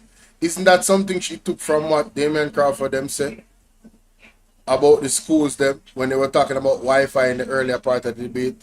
Very interesting. Very interesting. She just used the fiber optics argument. But let me go back a bit to the question because, you know, sometimes them just a bubble, them just a move away from the question itself. Listen to the question. Jamaica debates. We invite Romardo Lyons to start this final segment with a question for Team JLP. A digital Jamaica where technology is woven into the fabric of business and everyday activities. That's what you promised in your 2020 manifesto. But a digital Jamaica where technology is woven into the fabric of business and everyday activities. That's what you promised in your 2020 manifesto. So this question is exposing a failure by the Jamaica Labour Party. Because what they promised is not what is actually happening right now. Right? The man says that people have to be going in trees to get signal. Imagine somebody that does business on their phone. Like myself. I couldn't live certain places, you know. I need internet that is fast speed internet. So I can run my OBS, so I can run 3-4 devices at one time. You feel what I'm saying? So what they promised in 2020 they have not delivered on is the question. Look how she's going to dance around the question. All they have to do is admit that, listen, you know, we just didn't get it done. And tell us, and you know what you could tell us too? Well, yes, you are right, but we are 50% in completing that goal, or we are 60%, or we are 70%, and it's going to take us up until this time to finish all of those things. Somebody say, we in Hopewell Hanover stood up to the JLP government for taking away Old Streamer Beach from us. Under the PMP, all the phone companies was charging Jamaicans. Andrew give us free Wi-Fi. Omalo, is the free Wi-Fi working? I rather pay for good internet than have internet that does not work. As soon as 20 people go on the free Wi-Fi, it start buffering. Sometimes free is not good here. You remember good. Sometimes free is not good. But let's continue. Road St. Thomas, putting phones in trees to make calls and to get reception. Why are so many Jamaicans in rural parishes still behind technologically? That's an excellent question.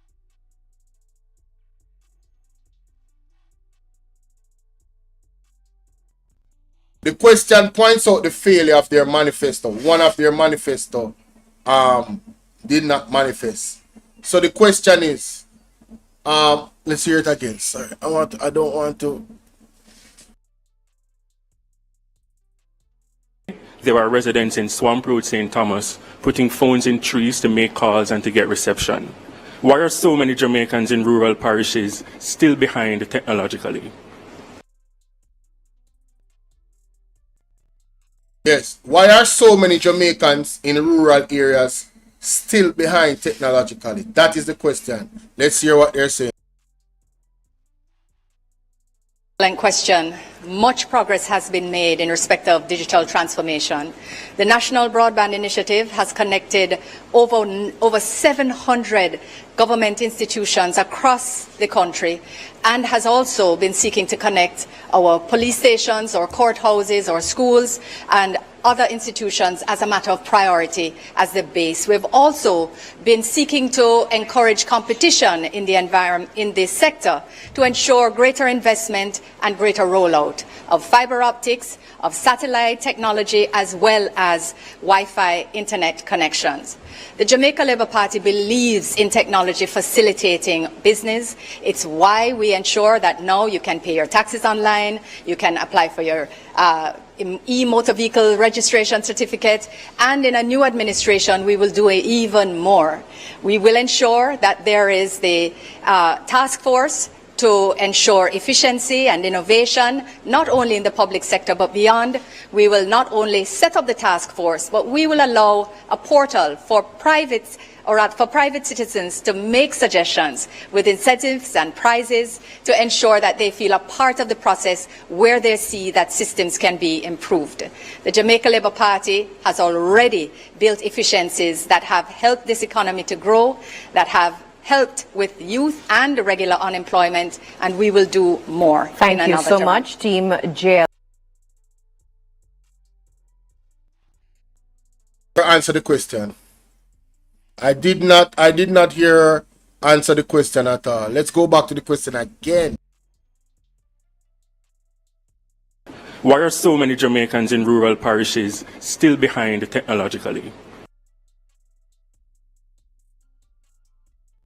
Man asked the question, why are so many people in rural areas still behind technologically? You know what she went on and proceeded to answer, to say all the things that the JLP is doing. She didn't answer the question all now, Millicent. She did not answer the question all now. Right? Oh my God. Let's go to the answer from the PMP. Coming now, go over back for gibberish. I just wanted to point out that she didn't answer the question. That's it. As a matter of fact, starting issue in the rural parishes aren't where they see that systems can be improved.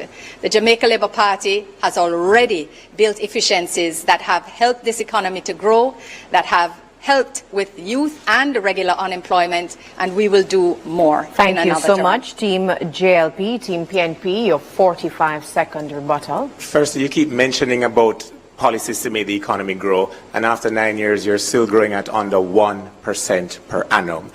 The question mentioned difficulties of persons in rural Jamaica having access to telecommunications services. Perhaps because you said from St. Thomas to Hanover, what is your fundamental problem with Westmoreland and the other parishes why you think that only St. Thomas to Hanover needs quality access to broadband?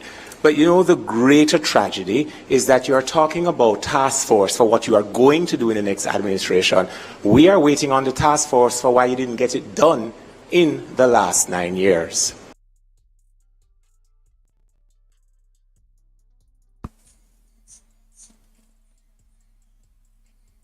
Yo, I just took a moment of silence for the JLP a while ago because that man just buried them a while ago. He pointed out what the actual question was, right? And showed you didn't answer the question. And also that you actually failed. That was a mic drop. Seplan, that was a mic. Yo, I gotta play that back. Bruh, let me play the question again. Please, guys. Just work with me here. Let me play the question again. And then I'm going to go straight to the point where Mr.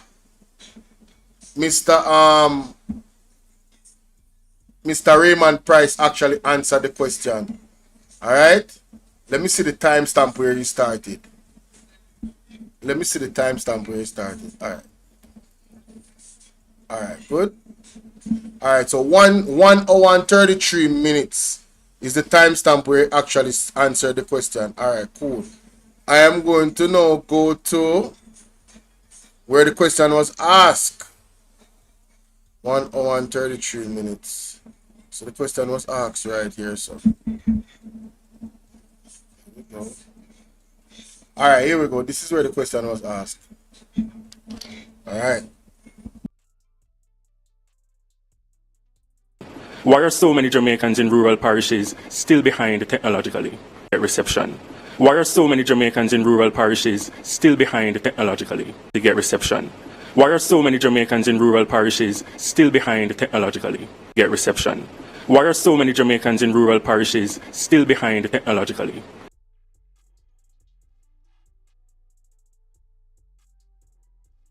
So much, Team JLP, Team PNP, your 45-second rebuttal. First, you keep mentioning about policies to make the economy grow, and after 9 years, you're still growing at under 1% per annum.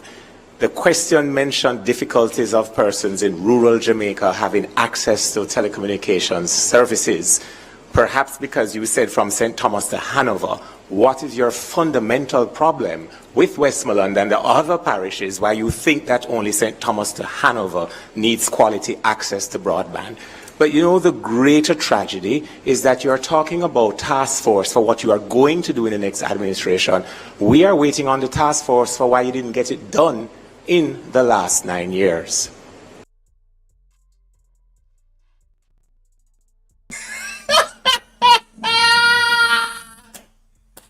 Yo, listen, man. Yo, Raymond Price is a savage in debates. Nobody wants to see this man. I don't care who you are in the JLP. Absolutely nobody wants to see Raymond Price in a debate. He is calm. He is collected. He doesn't. I'm talking about he has a poker face on. Listen, a brilliant mind loves debates. He cooked these people. The man said, I'm waiting on the task force to tell us why you did not get it done in the last 9 years. Because they literally hasn't gotten it done. They claim that in 2020, good evening, Natasha. They said in 2020 that they would get it done. This is what we would do with technology. And people have to be putting their phones in trees. So the man asked the question, why is it that we are at this point? And Mama San, yes, baby. The man asked the question, why at this point we still have this problem with technology? Well, no promise we in 2020 say we would have the technology spreading all around and everybody could have access because it's a digital society. You see the needs? It couldn't work. Jamaica is not ready. Jamaica is not ready. And as a matter of fact, Jamaica should not go fully digital. They should not. You should have an option.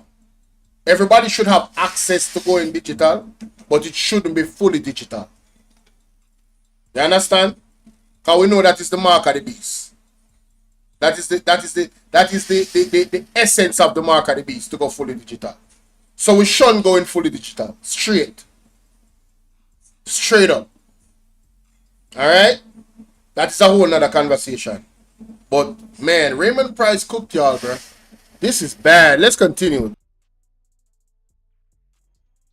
Romardo has indicated that he would like to use one of his follow-up questions. Romardo, just a reminder to both teams, you have 45 seconds to respond. Team JLP, you first. Romardo. Your government has repeatedly said that education is a priority. Now, the technological issue in the rural parishes aren't just for residents. Schools are also affected. Just this year, a smart lab was opened in St. Aloysius Primary School on Duke Street in Kingston. When will schools in rural parishes start to feel included in this technological push? They should feel it very soon. As a matter of fact, they'll feel it in this new school year. Procurement is already underway. We not only have had new contracts engaged with contractors to roll out more connections, but we are also investing in equipment, which is already in procurement, to ensure that our labs are equipped in rural schools as well as in urban schools. We believe fundamentally in ensuring that regardless of where you live in Jamaica, you must have access to the best education, and you will have it in the next administration. As a matter of fact, starting in this... Get big rewards with flows, cash the...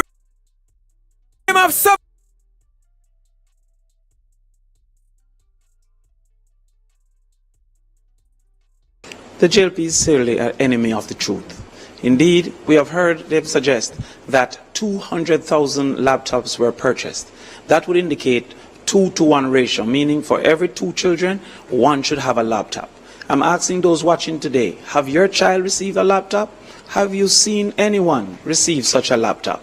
Indeed, whoever is responsible for purchasing these missing laptops will have to answer under the People's National Party, because we have not seen those laptops. We will ensure that the gadgets are in place, but as we've said before, we build out the last mile that many of the private sector believe is not profitable to build out, so that the persons can get access to internet wherever they are. We will use our technology also for the small schools. Thank you, Mr. Crawford. Usage. Thank you.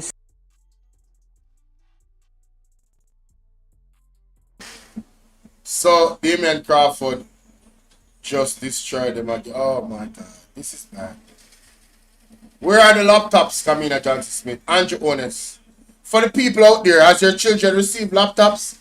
Based off the numbers that she said, according to the numbers man, the teacher himself, that Damian Crawford, 1 in every 2 children should have a laptop. Have you guys seen the laptops? Are the laptops like the old buses them when them say them buy? And 110 of them supposed to come here when only 60 we get. What is going on with these laptops? But one by one, on going to jail. One by one, on going to jail. Mark my word. The PNP now playing no game with you. All these procurements on talking about and a half, make sure set them in order. You know? Because when the audits are done, you know, one by one, on going to jail. One by one, on eat a food government. Mighty God. And then Damian Crawford just mentioned the fiber optics, rolling out the last leg of fiber optics so that the children can get access to internet all over the island in the deep rural areas. And not just children, but everybody, but especially for education purposes. Yes, the fiber optics have to be rolled out, ladies and gentlemen. Excuse me. Elaine said, this lady just keep looking up when Mr. Price was speaking. So rude. He asked a great question and she was in shock.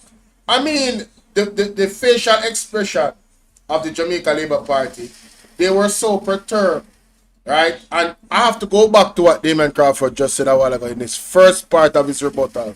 I mean, it is so, man, this dude is brilliant.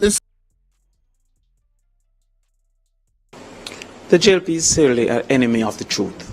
Indeed, we have heard them suggest that 200,000 laptops were purchased.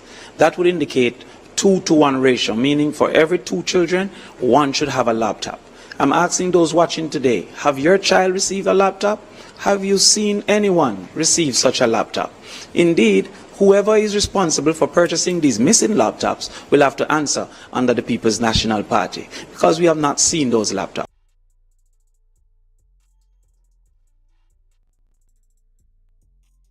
Look at Kamina Johnson Smith's face.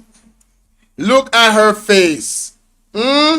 She has to look down and laugh. You think I'm joking? One by one, uno going to jail. One by one, uno going to jail. Time come for accountability, transparency, and good governance. One by one, uno going to jail.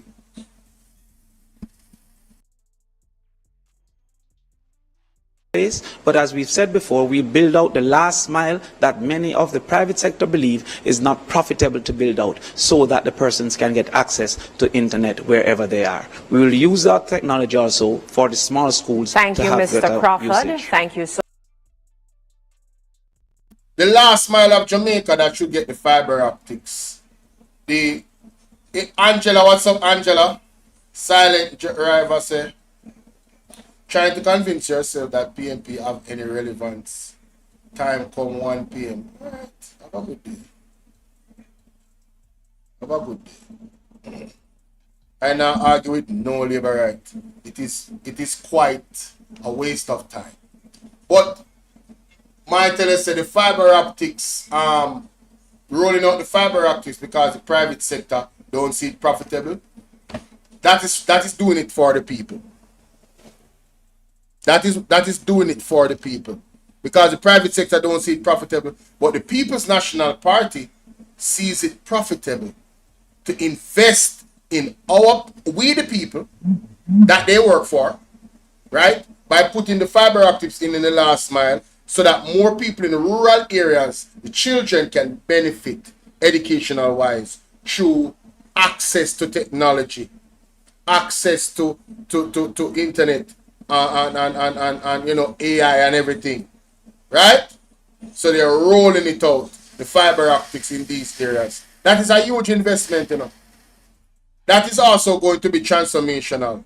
That's going to be close to as transformational as when the People's National Party gave everybody what we're using right now, the opportunity to use the internet in Jamaica, all over the country, Wi-Fi, everything. Yes? Not a Mama son, we're saying you're not getting a laptop. Mama son says you're not getting a laptop. No, sir. has the next question, and it goes to Team PNP. We are in the hurricane season, and each season the authorities face a challenge persuading residents to evacuate some areas when the island is under threat. What strategies would you implement to ensure compliance? Part of the reason why residents don't want to evacuate is that the poor level of communication and education prior to a storm causes them to be caught unaware. Let's take, for example, this instant year, 2025. Imagine studying medicine on the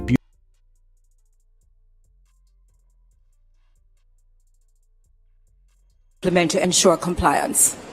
Part of the reason why residents don't want to evacuate is that the poor level of communication and education prior to a storm causes them to be caught unaware. Let's take, for example, this instant year, 2025.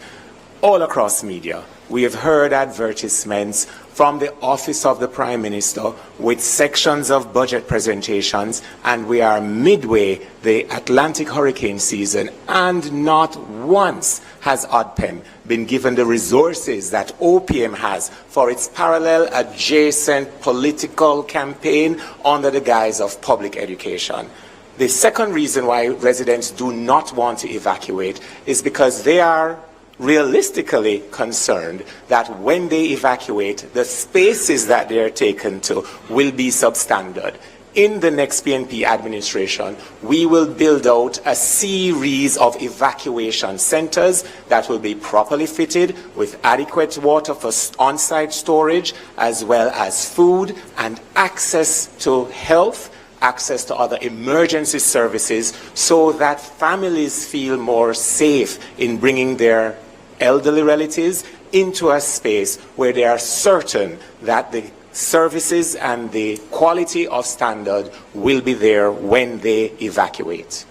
Thank you so much. Team JL.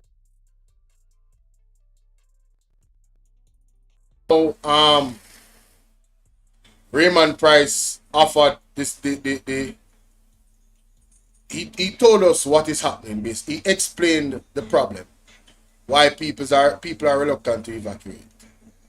The question was, what measures are you going to put in place to ensure that they evacuate for their safety?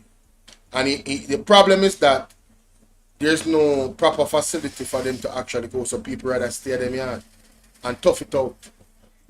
That is a reality. So he's saying that the People's National Party, that will form the next government, they're simply going to build these facilities that have access to proper health care and food and shelter and clean water and all of these things. That is comfortable. That is safe. You understand? And that's a good thing.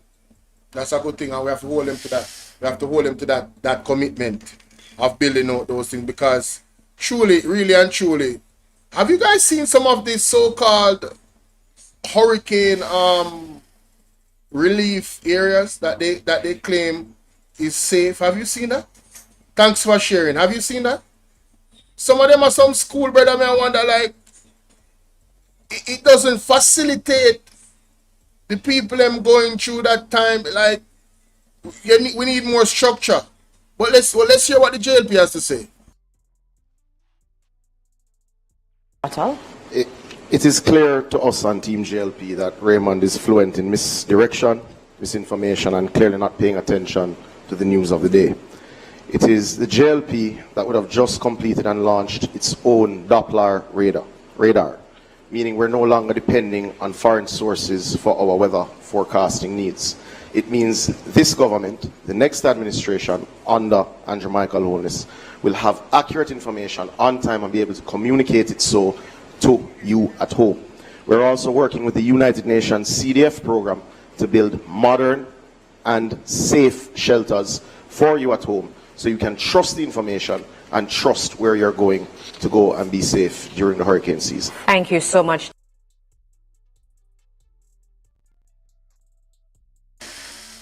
The Jamaica Labour Party has not remedied this issue of safe zones. So he wants us to believe in them for another 5 years, that they're going to do which they say they're going to do. Well, you know, you have to look at their track record, and you have to look at Cornwall Regional Hospital that is being refurbished and repaired for the last 9 years, and the cost has gone up significantly, over 100%, many times, where it was initially the costing for it. So I don't know. I don't trust you, Mati Samuda. I don't trust Andrew Holness personally. I don't know about the people that are watching. Do you guys trust them to do what they say they would promise to do, when we have heard a question asked in this debate about part of their manifesto in 2020 that they have not fulfilled? As a matter of fact, I can go before that. I can go to 2016. You understand?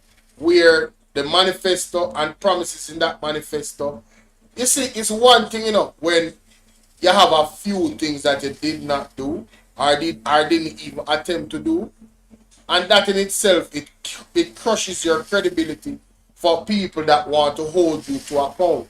And if we, the Jamaican people, want to hold any government to account, we have to look at their manifesto. What did they promise that they would actually do?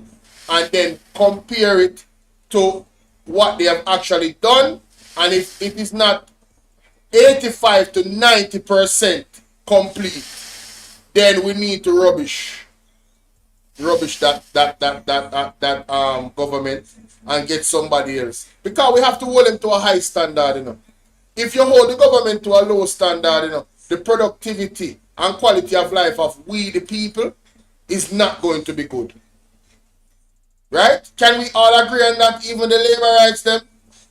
If you do not hold your government accountable, ladies and gentlemen, to a high standard, your quality of life, what you accept from them, right? What you think is good for you, what you think you deserve, right? Compared to what they're giving you. If you don't hold what you think you deserve. See, Rattigan said this, you know, you train people or you teach people how to treat you, you know? Jamaica, you teach the government how to treat you. See, all of you we are selling a vote, you are teaching the government that you hold yourself to a very low standard. Because if you sell me, if I'm a politician and I buy your vote, you think you can come to me, come tell me, say, your road will fix? You already sold your soul to me by taking the money from me. You cannot demand anything from me. It was a transaction. You wanted $15,000 for your vote, and I gave you $15,000 for your vote. So you see that $15,000, stretch it to the next 5 years. You are teaching them how to treat you. Stop selling a vote. You don't hear my Mark Stewart say? Although I have to take down the video because him openly on him live this morning say him don't like being on the picture with these evil men. So I take down everything for respect in wishes. But it has gone so viral already. We say both man if you come down bank to bank, give God your best. Have you posted any videos? I want to see them because I soon time at 6 o'clock. Them say the live, you know say after this a live, yeah, me I go live on both of VNR 2.0. If you have any clips, let me say give God your best. Hold on there. Let me go to TikTok. So what I'm saying is, ladies and gentlemen, is that we have to hold the government. Realistic TV. Anyway, today we have to hold the government to a high account on how they treat us. If we don't do that, then they will treat us anyway and expect that we're going to give them a third term. Whichever government. Right? Let me say, give God your best. Let me see if I can find a page here. I hope you have some clips, Amandively, you know. Because that would be nice, you know. Let me see. Hold on. Let me get your real name. Like, Gaming with Summer O. Hold on there. Gaming with Summer O. That's your real name. Gaming with Summer O. Gaming with there you are. But you don't have no content. Yo, come on, man. You have to post some video, man. No, man, you have to take at least picture, man. Come on, man. Better than that, man. I'm going to try to see if I can find a clip still, but let's continue. To Amoy now, who has a question from social media. Amoy? All right, so this question comes from Tayana on Instagram. She says, Jamaica's hospitals are overcrowded and under-resourced. Can you explain how your party, if elected to government, will fix this without repeating the delays and bottlenecks of past administrations? Okay, thank you so much, Amoy. Team PNP, you can answer this question first, to be followed by Team JLP. If you haven't exercised,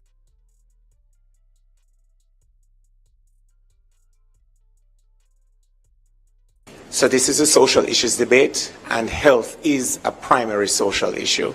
If you look across to the opposite, the campaign chairman from that party, who has been the Minister of Health for 9 years, must have suspected that members of the public would want to drill down, shall I say, into why the health sector is so poorly managed. Why your relatives at home when you go to the hospital. Like, when I see people's wives and stuff, Cooking with Elaine, subscribe to the channel.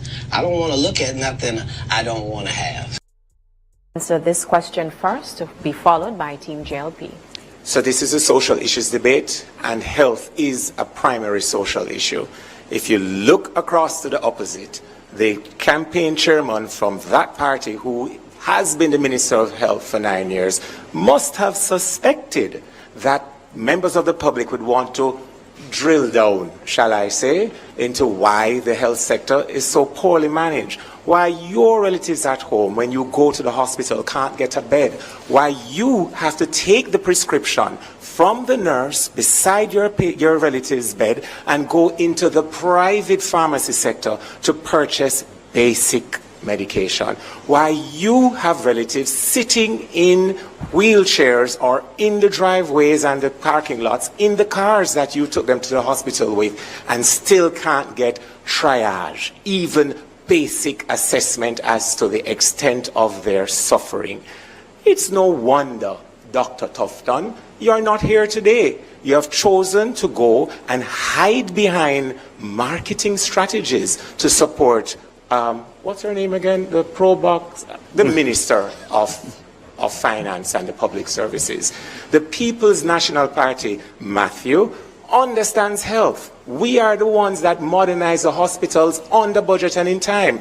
Your reference to Chick V is old and dated. Look at your 9 years and speak to those.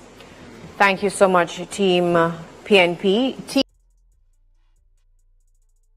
So to answer their question, the PNP understands how to fix the issues of the healthcare system. It will get done. That's pretty much what he said in a nutshell. And the latter is that the JLP does not know how to get it done, or is probably sabotaging the healthcare system on purpose. That's my opinion. I believe that the Jamaica Labour Party is sabotaging our healthcare system on purpose. And you know, some people would say, well, but why would they sabotage the healthcare system?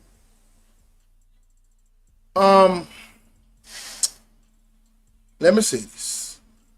Andrew Jones is a part of the Privy Council. Bill Gates is a knight for the king. What is the agenda of Bill Gates? What is the agenda of the World Health Organization? What is the agenda of the One World Order? I digress. Let's continue. But that was expertly done by Raymond Price. Expertly done by Raymond Price. Alright, let's continue. Wow. Man, hey. Boy, Christopher Tufton is taking some L's in. You think it biggest L no come yet? Watch when KD Knight done with him. Thank you, Tiana. It's a really important question because I know that we have not reached every community and we have not reached every hospital yet. But the Jamaica Labour Party is undertaking the most ambitious and in fact will be the most effective reconstruction and construction of hospital infrastructure in Jamaica in decades. The Western Child Hospital is under construction, close to completion. The rebuild of Cornwall is also almost completed. We're making sure that we focus also on primary health care, making sure that more health centers are renovated and brought closer to you so you don't actually have to go to the hospital. We're adding more doctors and nurses in those healthcare centers, more equipment so that better care can be had closer to you. We're adding more healthcare centers with expanded hours to allow working people to go to the health center after working hours. These are things that we're doing in addition to more operating theaters which are already programmed for next year, for next term, including a new KPH. Importantly, we've also increased access to medicines under NHF. And we've increased access for our senior citizens through NI Gold and JDIP. Under the Jamaica Labour Party, we have taken a comprehensive approach to health infrastructure. Thank you so much, Team JLP. We have another social media question. Mike? This one is from Matthew Williams. People, that was so bad that I don't even need to rebut it. To be honest with you, she just destroyed herself again and our party. I don't need to rebut it. I really don't. It's that bad. It's that bad. And what he just said a while ago, oh my God. Like, bro, stop it. Just shut up. Data Protection Act still not in force and several major data breaches reported this year. Many Jamaicans feel their personal information is not adequately protected. How will your government address this growing privacy crisis and rebuild public trust in the protection of citizens' data? Team JLP, you get to answer this one first. Data protection is critical as we continue to build out more and more. Information is not adequately protected. How will your government address this growing privacy crisis and rebuild public trust in the protection of citizens' data? Team JLP, you get to answer this one first. Data protection is critical as we continue to build out more and more digital systems to ensure efficiency and effectiveness in the pursuit of business, growth, and prosperity. And this is why we have been paying attention to ensuring that implementation of the Act is phased and sensitive to the various stakeholders, ensuring that it's effective when each stage is put in place.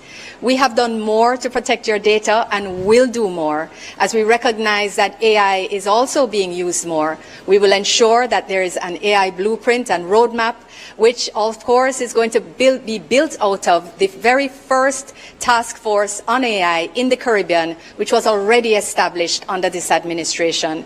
We'll also ensure that there is new legislation to protect every Jamaican's face, voice and image from the type of misinformation and negative campaigns that are run by parties like the PNP. The Data Protection Act was indeed passed by the Jamaica Labour Party. And we're proud that it was passed, and we're happy that the Data Commissioner is now in place to speed up implementation.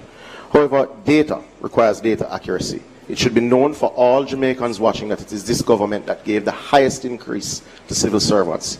It is this government that insisted that there would be no more wage freezes for teachers, as was commonplace under the People's National Party. Thank you so much, Team JLP, Team PNP. You know, context matters, and there's so much to unpack from the lies that was just told by Kamina Jasmine. You notice how she tried to attack the social media again, talking about lies being spewed by the Jamaica Labour, by the PMP. Yes, this is what they're doing. They just want to throw words out there. I challenge any Jamaica Labour Party,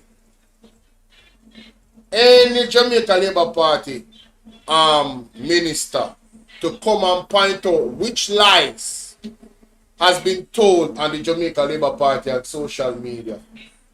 On my page, when I have an opinion, I tell you it's my opinion.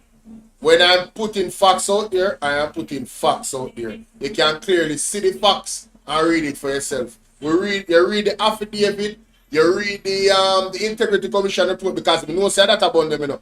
We read these things and put it out there. So please come and tell us what lies have been told on the social media about the Jamaica Labour Party and Andrew Honest. Andrew Honest came on stage and said him have 2 taxis, when the affidavit say a 3 taxi him have. Who is telling lie? The affidavit is a sworn statement, you know. Who is telling lie? Him say him live in a one bedroom apartment at Cumberland Road, board house, and then him say he live in a 2-bedroom. Who is telling a lie?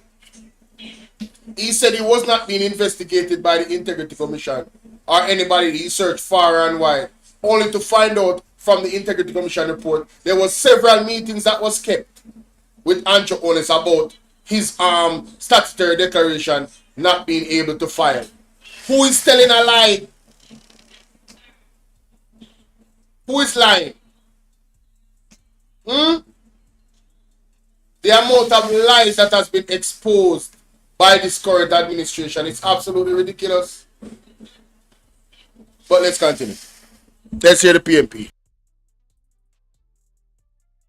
The Labour Party does not believe in privacy. It was one of their own ministers that says nothing is private. Do you remember? Because I certainly do.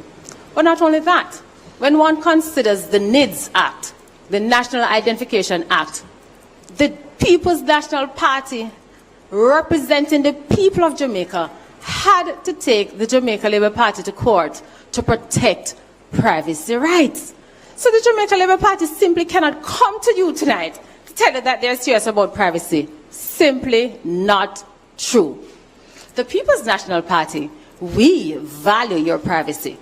And it is for that reason why we will train a cadre of data protection experts to work with different sectors so they understand what is in the law, they understand what is to be done, and how they can balance privacy rights. In fact, this is also create a new sector in Jamaica.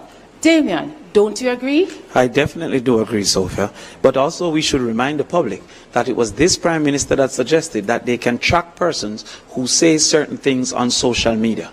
It is also this Prime Minister that has proven himself to be highly vindictive and have seen arrest of individuals who have criticized him in any way at any given time. It is also that government that stole sand from the beaches. So let us talk about what that government has done. Thank you so much, Team PNP. Oh man, listen. Damien Crawford never had to enter into this rebuttal. Because the lady Sophia, she killed it. When she talked about Darrell Voss saying that nothing is private in this country, it tells you that they don't value privacy. When you talk about the NITs, that was a violation of your privacy that the Jamaica Labour Party in its original form was going to table, and if it wasn't for the People's National Party, Mark Jefferson Golden, Marky G, standing up for the people of Jamaica and protecting our privacy. Wanna talk up to me, no man. Talk up to me, no. That's a fact. I don't know if you guys read, you know. I don't know if you guys read, but we need to read about what the court said about the NITs. What did the NITs in its original form violate? Right? These are all facts. This is not hearsay. This is not innuendo. Nobody now make up no story. The NITs was being tabled by the Jamaica Labour Party, and it violated many different privacy rights of the people of Jamaica constitutionally. The JLP has violated and continue to violate our constitutional rights. And if it not was for the PNP, that's why when people said to me, the PNP and the JLP is the same. Me block one off on my page, you know. Those that want to stay in the gray area. Because one, they might be, I don't know, racist towards Mark Golding. Two, they might be okay with corruption. And then they want to look bad. Them like one thief. Them like thieving people. Them like people where put them a house slave. They don't think too much of themselves. So they will support a Jamaica Labour Party that deal with them in a certain type of way. Right? With no dignity or respect. Talk down to them. Them have low self-esteem. Thank you so much. Right? The two of them are the same thing, man. PNP are the same thing. Where? If the PNP was the same thing, Mark Jefferson Golden would not have stood up for us where the NIS is concerned. Do you know what would have happened to Jamaica if the NIS was rolled out in its original form? Me say things say dog and them no supper. There will be no supper. There will be no breakfast. There will be no dinner. There will be no lunch. You don't have water and on a pipe. A judgment for the pan Jamaica. Anyhow, this government was allowed to pass that NITs without any objection from the People's National Party and Marky G. You better believe that. And if you don't believe me, go do the research. Because that's facts. We would have been in so much trouble as individuals. You can't imagine your health information down to the teeth where you take out when you're in a picnic. Your blood type, everything, all your information will be jeopardized. The needs was being forced upon us. Because if you decide that you never wanted the needs and you wasn't going to take it, and they were going to go into total digitization, you would have dead hungry because you couldn't buy enough food. If you come on here and spoke against the government, they would have the country to shut down your money. Because you're talking again. You know how easy Andrew Owners would transition into a dictator, a full dictator? Do you know how easy Andrew Owners would transform exactly the mark of the beast? Do you know how easy Andrew Owners would transition into a total dictatorial? Under a needs? I don't think y'all understand. If you did not take the needs, do you know how much money you would be charged? Why do you think Andrew Owners flip on the youth when I ask him a question about the needs?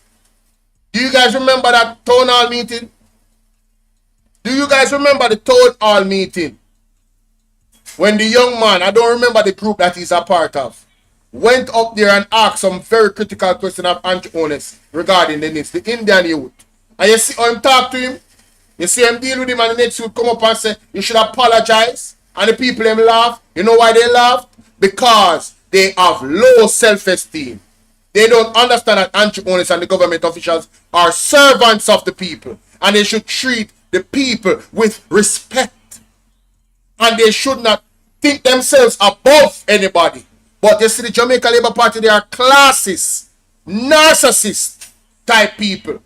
They believe that they are better than us, that they are more than us. So they look down on us and think we should look up to them. You hear what Mama P say? Anytime you're looking down on somebody, make sure you're picking them up. You see the People's National Party? As a matter of fact, there's an audio from Michael Manley, the great Michael Manley, about that said thing, where he speaks about, you know, how government officials should actually operate as officials. You understand? And I want to find it because I think it's super important that we do. But in the meantime, what I'm going to do is play this. Different this evening. We now invite Team PNP to ask a question of Team JLP. In any decent democracy, where a leader has not been certified by the Integrity Commission, where the leader has been a part of Ponzi schemes and benefited from them, where the leader among members of his cabinet or his party are said to be part of an illicit aid for illegal enrichment, those persons could not be on the ballot.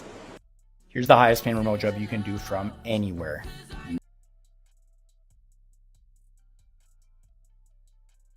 Therefore, why should Jamaica be any different from such decent democracies? The PNP, we understand, has no answer to the plans, the programs and the achievements of the Jamaica Labour Party. They see their only path to Jamaica House by trying to destroy the reputation of the Prime Minister of Jamaica and others. The Jamaica Labour Party has been the party that has done more for the integrity and anti-corruption framework in this country than any other administration. It is under the PNP that every day, every week you woke up to a new scandal, light bulb, Solutria, NSWMA, Manchester Parish Council, Hanover, KSAMC, you name it, Crook and Anchor. It is under the PNP that Jamaica had the lowest scores under the Corruption Perception Index, and it is under the Jamaica Labour Party that Jamaica has had the highest. Why? Because the independent international experts actually look at the facts and not the steady drumbeat of PNP misinformation and weaponization of processes. There is no report that has found any finding of guilt or illegality on the part of the Prime Minister. There is no finding against the Prime Minister, and the PNP needs to stop telling the lie of 28 bank accounts. It is simply not true.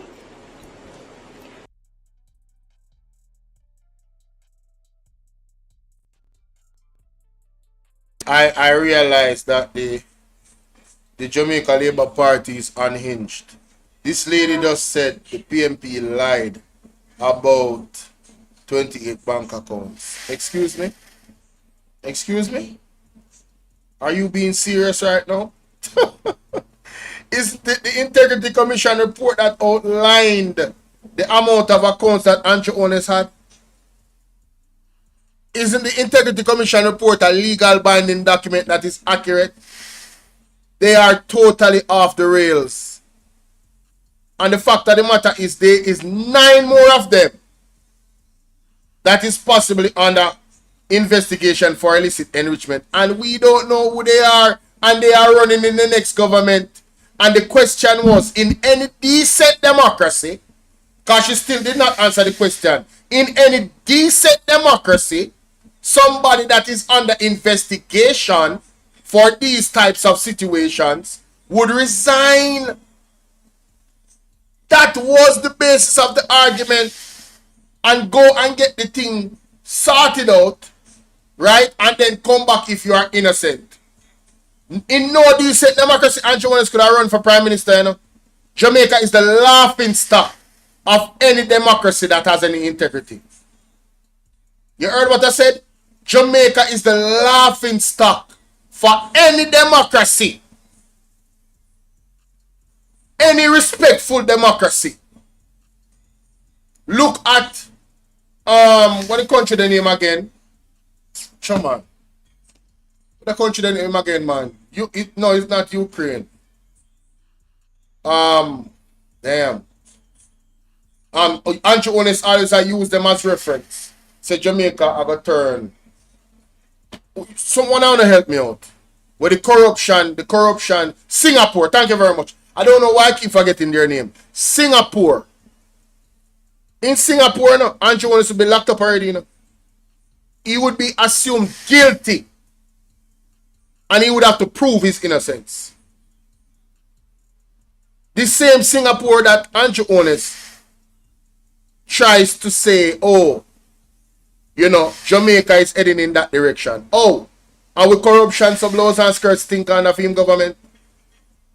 Under Singapore, you know, policy, you know, that rimp would get locked up, you know. Under Singapore policy, you know, George Wright would get locked up, you know. What my man the name? Anthony what? Andrew Wheat would get locked up, you know. Royal Reid would get locked up, you know. A majority of the Jamaica Labour Party members would be locked up if it was Singapore. You know how Singapore clean up them country? The man say he had to lock up his friends. Do you guys see Andrew Onis? This is my last question I'm going to ask you guys. Do you guys see Andrew Onis locking up his friends? And when you look at Marky G, does Marky G look like somebody we are afraid to lock up in front of them? If they are corrupt? And thank you for the reference, Portia Simpson Miller did it. Portia Simpson Miller locked up a member of parliament or a councillor that was in corruption. The PMP has shown Andrew would never lock up on him friend. Him can have lock up himself. He would have lock up him what? Self. Because I believe Andrew is involved in some level of financial criminality. That is my belief. And I am entitled to my opinion. All of the things that the affidavit said, all of the things that the Integrity Commission, I have come to the conclusion that this man has to be involved in some type of financial criminality. That is my opinion. You don't have to have the same opinion, you know. That's my opinion. I'm not telling you what to believe. You have to do your own assessment. You have to read yourself. You understand? But I don't see Andrew Onis, government, any one of them for that matter, nobody in the party, none of them. I don't see one member of them that has integrity enough to lock up their friends. You know why? Because none of them has said to Andrew, sir, you need to remove yourself. You need to remove yourself from the situation. You are tearing down the Jamaica Labour Party single-handedly. Any credibility that Jamaica Labour Party had left, Andrew Holness has torn it down. He has had ample opportunity. The man has sued the Integrity Commission, you know. The man tried to take out the act itself that deals with illicit enrichment. That part of the act. They have suggested impeachment should be removed from the Constitution. How can you trust these people? How on God's green earth? How on God's green earth? Sorry for the people in Bolivia. How on God's green earth can you guys trust these people? Make it make sense. The man is suing the government. The man is suing his own government. The Attorney General that he appointed, he's suing them. Andrew Holness is the type of person that if he's going down, everybody's going down with him. Andrew Holness has had Jamaica under hostage since they have found out that his Integrity Commission he cannot be certified. He has had this country under hostage. And that is why the People's National Party have to rescue Jamaica. And the way how they have gone about it is all the legal ways. The democratic way. Because you see, there was many Jamaicans that wanted to do it another way. There's many Jamaicans that wanted to do it another way. I've heard a lot of Jamaicans online, right, that wanted to do harm to the Prime Minister. I'm saying to them, say, yo, no. That's not the way. That's not the way. That's not the way. You understand? Go and have peaceful protest and everything like that. But you don't do the violent thing is going to hurt the country. Going at a prime minister violently to get him out of the country. I know in other countries some of them do it, but I'm telling you, in Jamaica, I was explaining to people that you have to be smart. Andrew Holness is a Privy Council member. Do you guys think that the king really wants to let go of this precious land? Let me ask the question again. Do you guys think that the king wants to let go of this precious rich land of Jamaica? Then if Andrew Holness is a Privy Council member, is it possible that he's working for the king in that capacity to keep Jamaica under his control? Is it possible? Asking the question, is it possible? And then when you look at Bill Gates and the fact that he is not a Privy Council member, a knight for the king. This is not conspiracy theory. This is a question, a series of questions being asked. When Bill Gates visited Jamaica around the time before the pandemic, what was that discussion about? What was it about? And I want you guys to go back and look up when Bill Gates came to Jamaica. And I want you guys to look at what changed in Jamaica when he left. Are you guys seeing a sabotage of the agricultural sector and the farmers? Are you guys seeing the sabotage? Are you guys seeing the sabotage worldwide? See, this conversation is a bigger conversation. One that I usually don't. The rally started? I lie. Sorry, hold on there. That means I'm ever come off of this. The people in